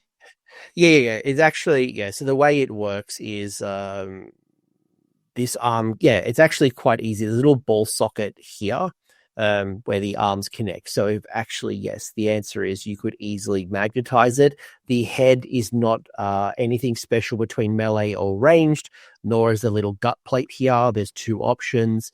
It's really just the arms that you absolutely could magnetize, and it's actually not hard. And the surface size is quite generous. So, yes. And if I really had to choose, it's tough. Because I think the melee one is easier to use, but the range one is pretty interesting too.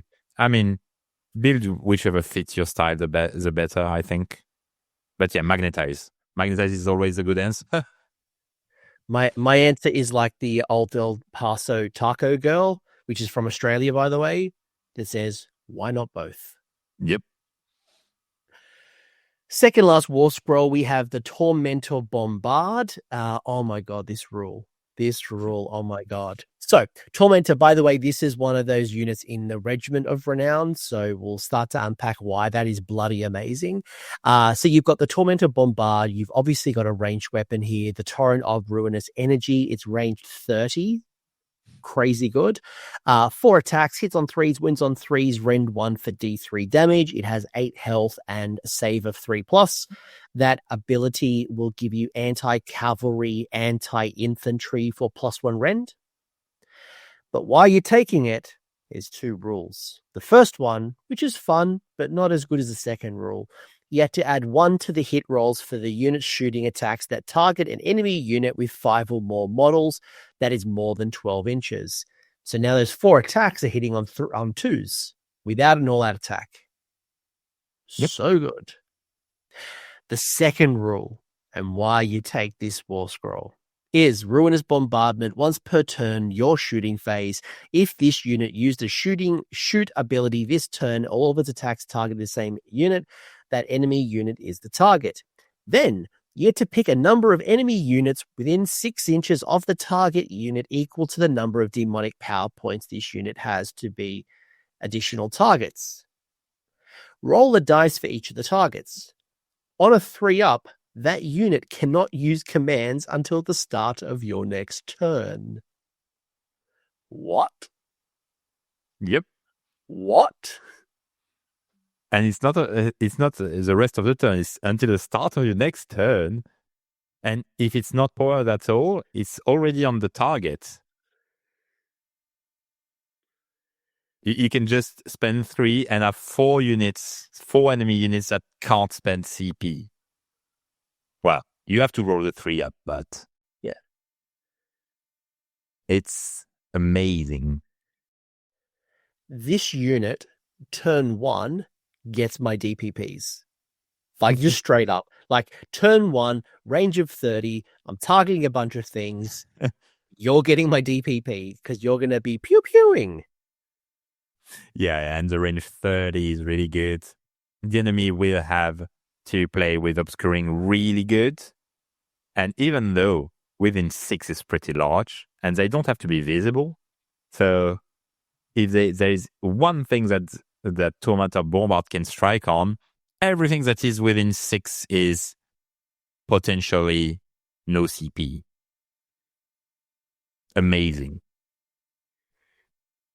So definitely you will want to build one of those. Could be, yeah. There's a lot of good uses for this, especially if you know there's going to be some type of unit that's going to be wanting to run, or if you know they're preparing for a charge, if you think that they're going to be trying to come in and you want to stop all out attack or all out defense, or maybe you're worried about a power through, getting through your screen and then getting into your delicious center. Like, there's so many good uses for this potential. Even if you want to stop a counter charge, for example. I love this. And the price is 130 points standalone. It's ridiculously cheap. That surprised me. I thought this is for a 3-up save, health of 8, 30-inch range, shutting down commands. I would pay like 150, 170 for this. I think this will go in every list. Yeah, I'd be surprised even if it's like sitting in your backfield objective. Starting, like I can see this being in everyone's list. Yep. No reason not to. And because it's anti-cavalry and anti-infantry, like most lists outside of like a few monster mash lists are going to have cav or infantry or both. Yep. No, it's amazing. Yep. The other one, which I also love, but probably is less amazing, to be honest, taking my destruction hat off for a second, is the Death Shrieker rocket battery. So this is the alternative build to the cannon in your FOMO box. You've got your rockets, which are a little shorter range at 24 inches. It has 3 attacks, hits on 4s, wounds on 2s, Ren 2, the D3 plus 2. But wait, there's more. If you're targeting your monster, you're +1 rend. If you're targeting a war machine, you're +1 rend. You have the Hungering Flames, which is once per turn your shooting phase. For the rest of the turn, the damage characteristic of this target's rockets is 5 if the target is a monster or a war machine. So let's rewind that. Hits on 4s, wounds on 2s, Ren 2, probably Ren 3 if we're targeting a monster, for 5 damage. Yep. Each. And you've got the Watch Them Burn, which is you declare a shoot ability for this unit and all of its attacks target the same enemy unit. Roll a number of dice equal to the number of demonic power points this unit has for each other enemy unit within the combat range of the target. For a 3-up, it's inflicting 1 mortal damage. It's nice. But Hungering Flames, whoa. Oh, yeah. Monster won't like that at all. 24 inches. Damage 5. Ren 3. Yep. Oh, and by the way, we could hopefully on a 3-up turn off their commands. Yep. On the other war machine. Yeah, I mean, the previous one, you will take 1. This one, you could actually take 2. You could. I don't know if you should, but you could. because the damage output is just good. No monsters alive on the table. Yeah, if you go up against, you know what, even if there wasn't any monsters, let's say it's Nighthaunt, right? It's still pretty decent against into Nighthaunt. I mean, take that like coach, but even still, like I'm just trying to think of like worst case scenario, because the other War Machine, everyone's going to have infantry or cav. Yep. Outside of a few examples, there's a lot of armies that aren't running monsters at all. Think about playing against Suns with 2 of these. Well, Ren 3 basically means no save, or I defense once and I get a 6 up. Can't, because I bombard you. Even a 6 up, like great. Yeah. It's that 4 up to it is the moment you sweat, and the opponent is sweating a lot. If you make that 4 up and you ask for 15 damage, it's wow. So if I take 2 rocket batteries, so right now they're 140 points each. That's 280 points. Yep. Insurance policy that if there's any monsters on the table, it dies. Yep. Because you've probably paid more than 280 points for your monster hero, your Usharan, your whatever it is, whatever faction you've got. You've paid more than 300 points for it. Like I've been playing against Magma Droths right now, like the Sun's Magma Droth with all the splash mortals. You're paying more than 300. It's a pretty solid insurance policy. Oh, yeah. I can see why you're getting more than 3 boxes. Oh, yeah. Yeah, definitely. I think I will be opening 3 and keeping a 4th just in case. If you take 2 rocket batteries and a Tormentor Bombardment, what's that? That's 280 plus another 130. That's 410. Yeah. Right now, that's 410. Not that much for everything that it does. No, that's what I was working out. Like that's less than a quarter of my list. That's still pretty fair, and I still get to put my Uruk-Tar if I want to, and I still have over 1,000 points to play with. Yeah, when you see that, you're like, are the bull centers a bit too expensive? 190 is a lot for 12 health on the 4-up. The only problem is that you don't have speed to be getting objectives. Now, I'm trying to think about this outside of this particular season, because by the time all of these models are released, it's probably the halfway point. I don't know if it's going to come out before Christmas or after Christmas, but let's say you've got 6 months left. It's going to be hard to score battle tactics, I think, outside of having your centaurs or your hobgrots. I think they're going to be critical to some of your battle tactics, especially scoring in enemy territory with how slow of a moving army you are. I mean, you can also just play Master of the Pass, Intercept, and Recover and just shoot everything. You can. I'm talking more long term here. Because you do. Who knows what 6 months going to look like? Yeah, that's what I like about the book is you have a lot of different options. So I'm not worried about that book being playable in any season, to be honest, which is really great. Yeah, no, this has got a lot of tools. This is a lot of tools here. Is that the last War Scroll? Yes. I think so. Yes, it is. It is. It's the last War Scroll. Like we are at the end. Like that is the book. Now, obviously, the book has a lot of stuff. The book has 2 armies of renown. It has another regiment of renown. Obviously, a lot of lore. Has Path to Glory. It has a lot in here. So if you've gotten this far and you're liking it and you see a lot of value in this, again, if you want to help the channel and grab it through our affiliate partners, Warpfire Minis, Element Games, or Gap, appreciate it. Link below. Much love. We're at the end. Now, I say the end. I mean, I think you and I could talk forever. We talk list building. We talk about strategy. We would talk about battle tactics. Like, there's probably a part 2 when all this stuff drops and the models on the table, and we have way more games that we've had than we've had currently. But like, where's your closing thoughts, mate? What are you thinking right now? What haven't we conveyed that you want the people to know? And yeah, like, talk to me. The first thing I want to say is, I said it a bit before, but I really like that this is a full range, because I see a lot of values in a lot of places and lots of different play styles. We were getting excited about the war machines at the end.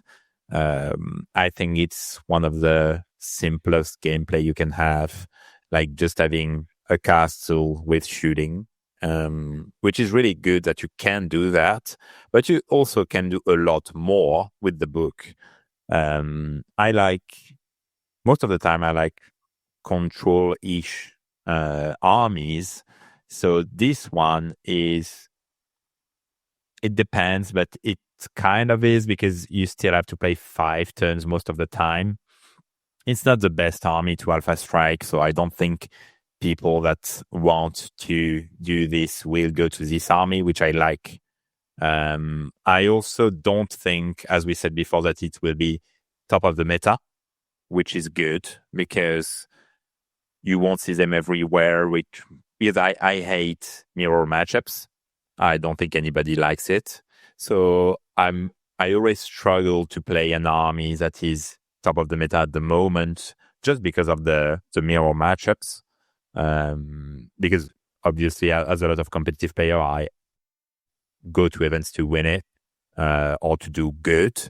So I'm not going to just take a bad army and try to see what happens. But mid plus armies are really what I prefer the most of the time, because for once you are less likely to get a mirror, and also people don't have a lot of training against it, which most of the time works for you. It worked for me really well when I played Lumineth to Atlanta on 2023. Most games I won because people didn't know what I was going to do. So it has a lot of value to not play a top tier army. So I really like that army. I think won't be a top tier one, but I think there will be meta lists at the start, probably optimizing the shooting, optimizing the screens, trying to do tactic with all of this. So I think this will be the first thing. Maybe not even playing big monsters, because you can put more stuff in. So this will probably be the first list you will see at tournaments. So probably shooting, screens, 1 unit of impact, because you sometimes need it, and probably that's it. But what I really love is that you can explore lots of viable things, spamming different automatons, different Dominator engine, I think is okay. It's still save on 2s, and it has some raw power, so I think it's okay. It's not great, because you still have to have bodies around, but you can still take some Hobgrot, some other things. And as you have, I think, 16 wall scrolls, you can really imagine the army you want to play and try to put it on the table. The thing that is important is how you will manage DPP, because lots of powerful war scrolls need those 3 DPPs. And as we went through all the war scrolls, we were always talking about the full powered unit, which obviously are always really good, but you are not really likely to have all of them at the same time. So you really, really need to be able to think about some war scrolls that don't need it, because you won't have it everywhere. So the simplest way to think about it is to have your units that don't need it, your units that needs it by like a priority chain, and just play those. Your first game, you would just play those in that way. You have, this is my units that won't ever be powered. This is my units that I want them to be powered on the first priority. And then you will just play your game through that. And then on your next games, you will be able to shift those points around when you need it. Maybe you will want to integrate Raktar that will allow more flexibility and more gameplay. But yeah, I really like it because I think this army will be a smooth learning curve, and I think it will be played nice on the table. And I think it comes out in the right season. What I mean with that is it could be a really powerful shooting army, but there is obscuring at the moment, which will help playing against it. So I really like that it's coming out within that year, because it will be somewhat healthy to play against the first list that come out, I think. Yeah. Look, I'm going to struggle for words, to be honest, because I think you've summed it up very nicely. I think you've really summed it up nicely. My closing thoughts thinking about this army is, let me separate my thoughts. From a model perspective, based on what I've built so far, I've really enjoyed it. I enjoy building the war machines, the automation, and the troops. Really enjoyed that side. As a building, there wasn't really a lot of mold lines. They were quite easy to build. And there was a lot of options as well, as I mentioned, alternative weapons, alternative icons, alternative various things. There was, I'm not going to have all of the same model. I've got some flexibility, multiple heads, multiple things. Cool. Put that to the side. Lore perspective, I've enjoyed what I've read so far about the lore, and I think there is some really cool space to see this book progress the narrative in AoS. Love that. Love the maps. Love the lore. I love the stories. I love the return and how the Chaos Dwarves became chaotic, and hearing about their story in the Age of Myth and the Age of Chaos and how this all kind of came about. Love it. I don't want to spoil it for you, but very, very cool. From a game perspective, I agree with you. I remember when Lumineth came out for the first time and it was such a restricted range and people were just using 2 FOMO boxes and it felt like it was in first gear. This has come out with a solid range. We don't know how long. I don't think it's going to be like Lumineth where it was like 9 months between book 1 and book 2. My guess would be that it's going to be out before Christmas, so you can ask Santa Claus, or it'll be straight after Christmas. That, like you've seen, Sisters of the Battle drop in February, and you've had armies drop in that late January, early December, early February kind of time frame. So I don't think the second part is that far away. To your point, there's a lot of different playstyles, a lot of different units, a lot of different combinations. And I think whether you want to play melee, shooting, wizards and priests, war machines, there's enough alternative builds in this book that are competitively viable. They're going to sit at that 3-2, 2-3 level. I think some really skilled players like yourself, Spoon, can definitely take this 4-1-5-0, but I don't think the army starts at a 4-1-5-0 type of army. I think it's not that it's too cheap or too powerful. You're going to start off in a really healthy spot. And to your point, you're going to have to learn about resource management. You're going to have to learn low movement unless you're running centaurs, because movement 4 is not a lot. So there's a lot of learning here, but I think it's a very healthy and fun army, and why I'm legitimately excited to get more into Chaos Dwarves or Chaos Duarden, or what do they call themselves in the book? There's like a couple of alternative names. I was reading it. Where was it? They call themselves Zadron, Folk of the Fire, the Oathbreakers, and then obviously Chaos Duarden or Dark Ones. So they've got a couple of nicknames. That's overall, I genuinely enjoy it. Pick it up if you want to pick it up. Don't pick it up if you don't want to pick it up. If this sounds like an army that you want to get into, I hope between Spoon and I, we've given you enough thoughts and considerations to where to start, how to start, what you might like, what kind of resonates with you, or at least enough information where it's like, it's not right for me or not right for me right now. And you've got a few more tips and tricks for when you do fight them the first time.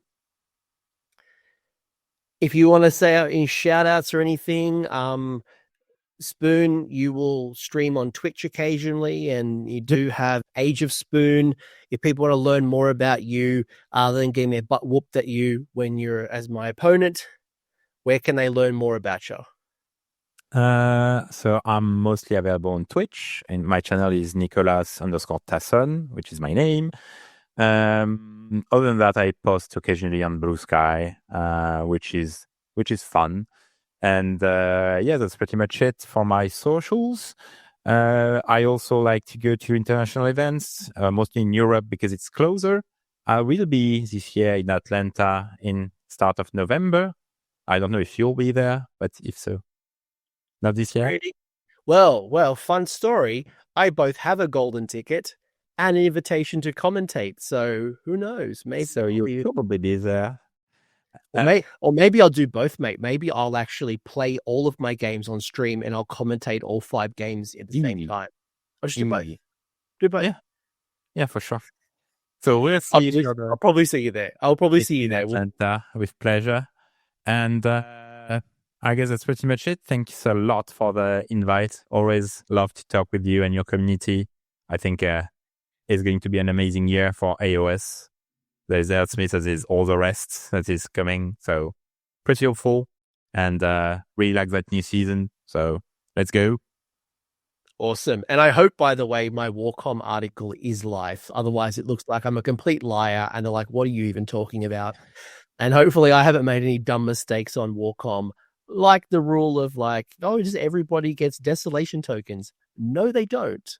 Read the first rule, guys, because people are already like, oh my gosh, this is how it works. No, chill. You don't have as many DPPs as you think you do. So I think to Nick's point, really think through who needs them when, because you might use some of your DPPs for the first one on one particular unit. But then, for example, obviously your Bull Centaurs, once they've charged, unless you've got retreat and charge, why do I need more charge DPPs on them? Just move them somewhere else. Yep. All right. Nick, you're amazing. Chat, I hope you enjoyed this. I hope you found it valuable. And you know the deal. Like, subscribe, and check out the affiliate partners if you want to help the channel. Bye. I'm going to go build some more Chaos Dwarfs. Bye. Thanks for hanging around until the end. I hope you enjoyed that video and you walked away with a few new ideas. Now, if you did, I would love it if you pressed like on the video, as well as left me a comment with your thoughts. The conversation will continue over on Discord, and the link is down below in the episode description. I also want to give a massive shout out to the AoS Coach patrons and YouTube members who are supporting the channel and the growth that you're seeing here. So cheers, you are all bloody legends. And until next time, don't roll a 1-1 on a spell cast.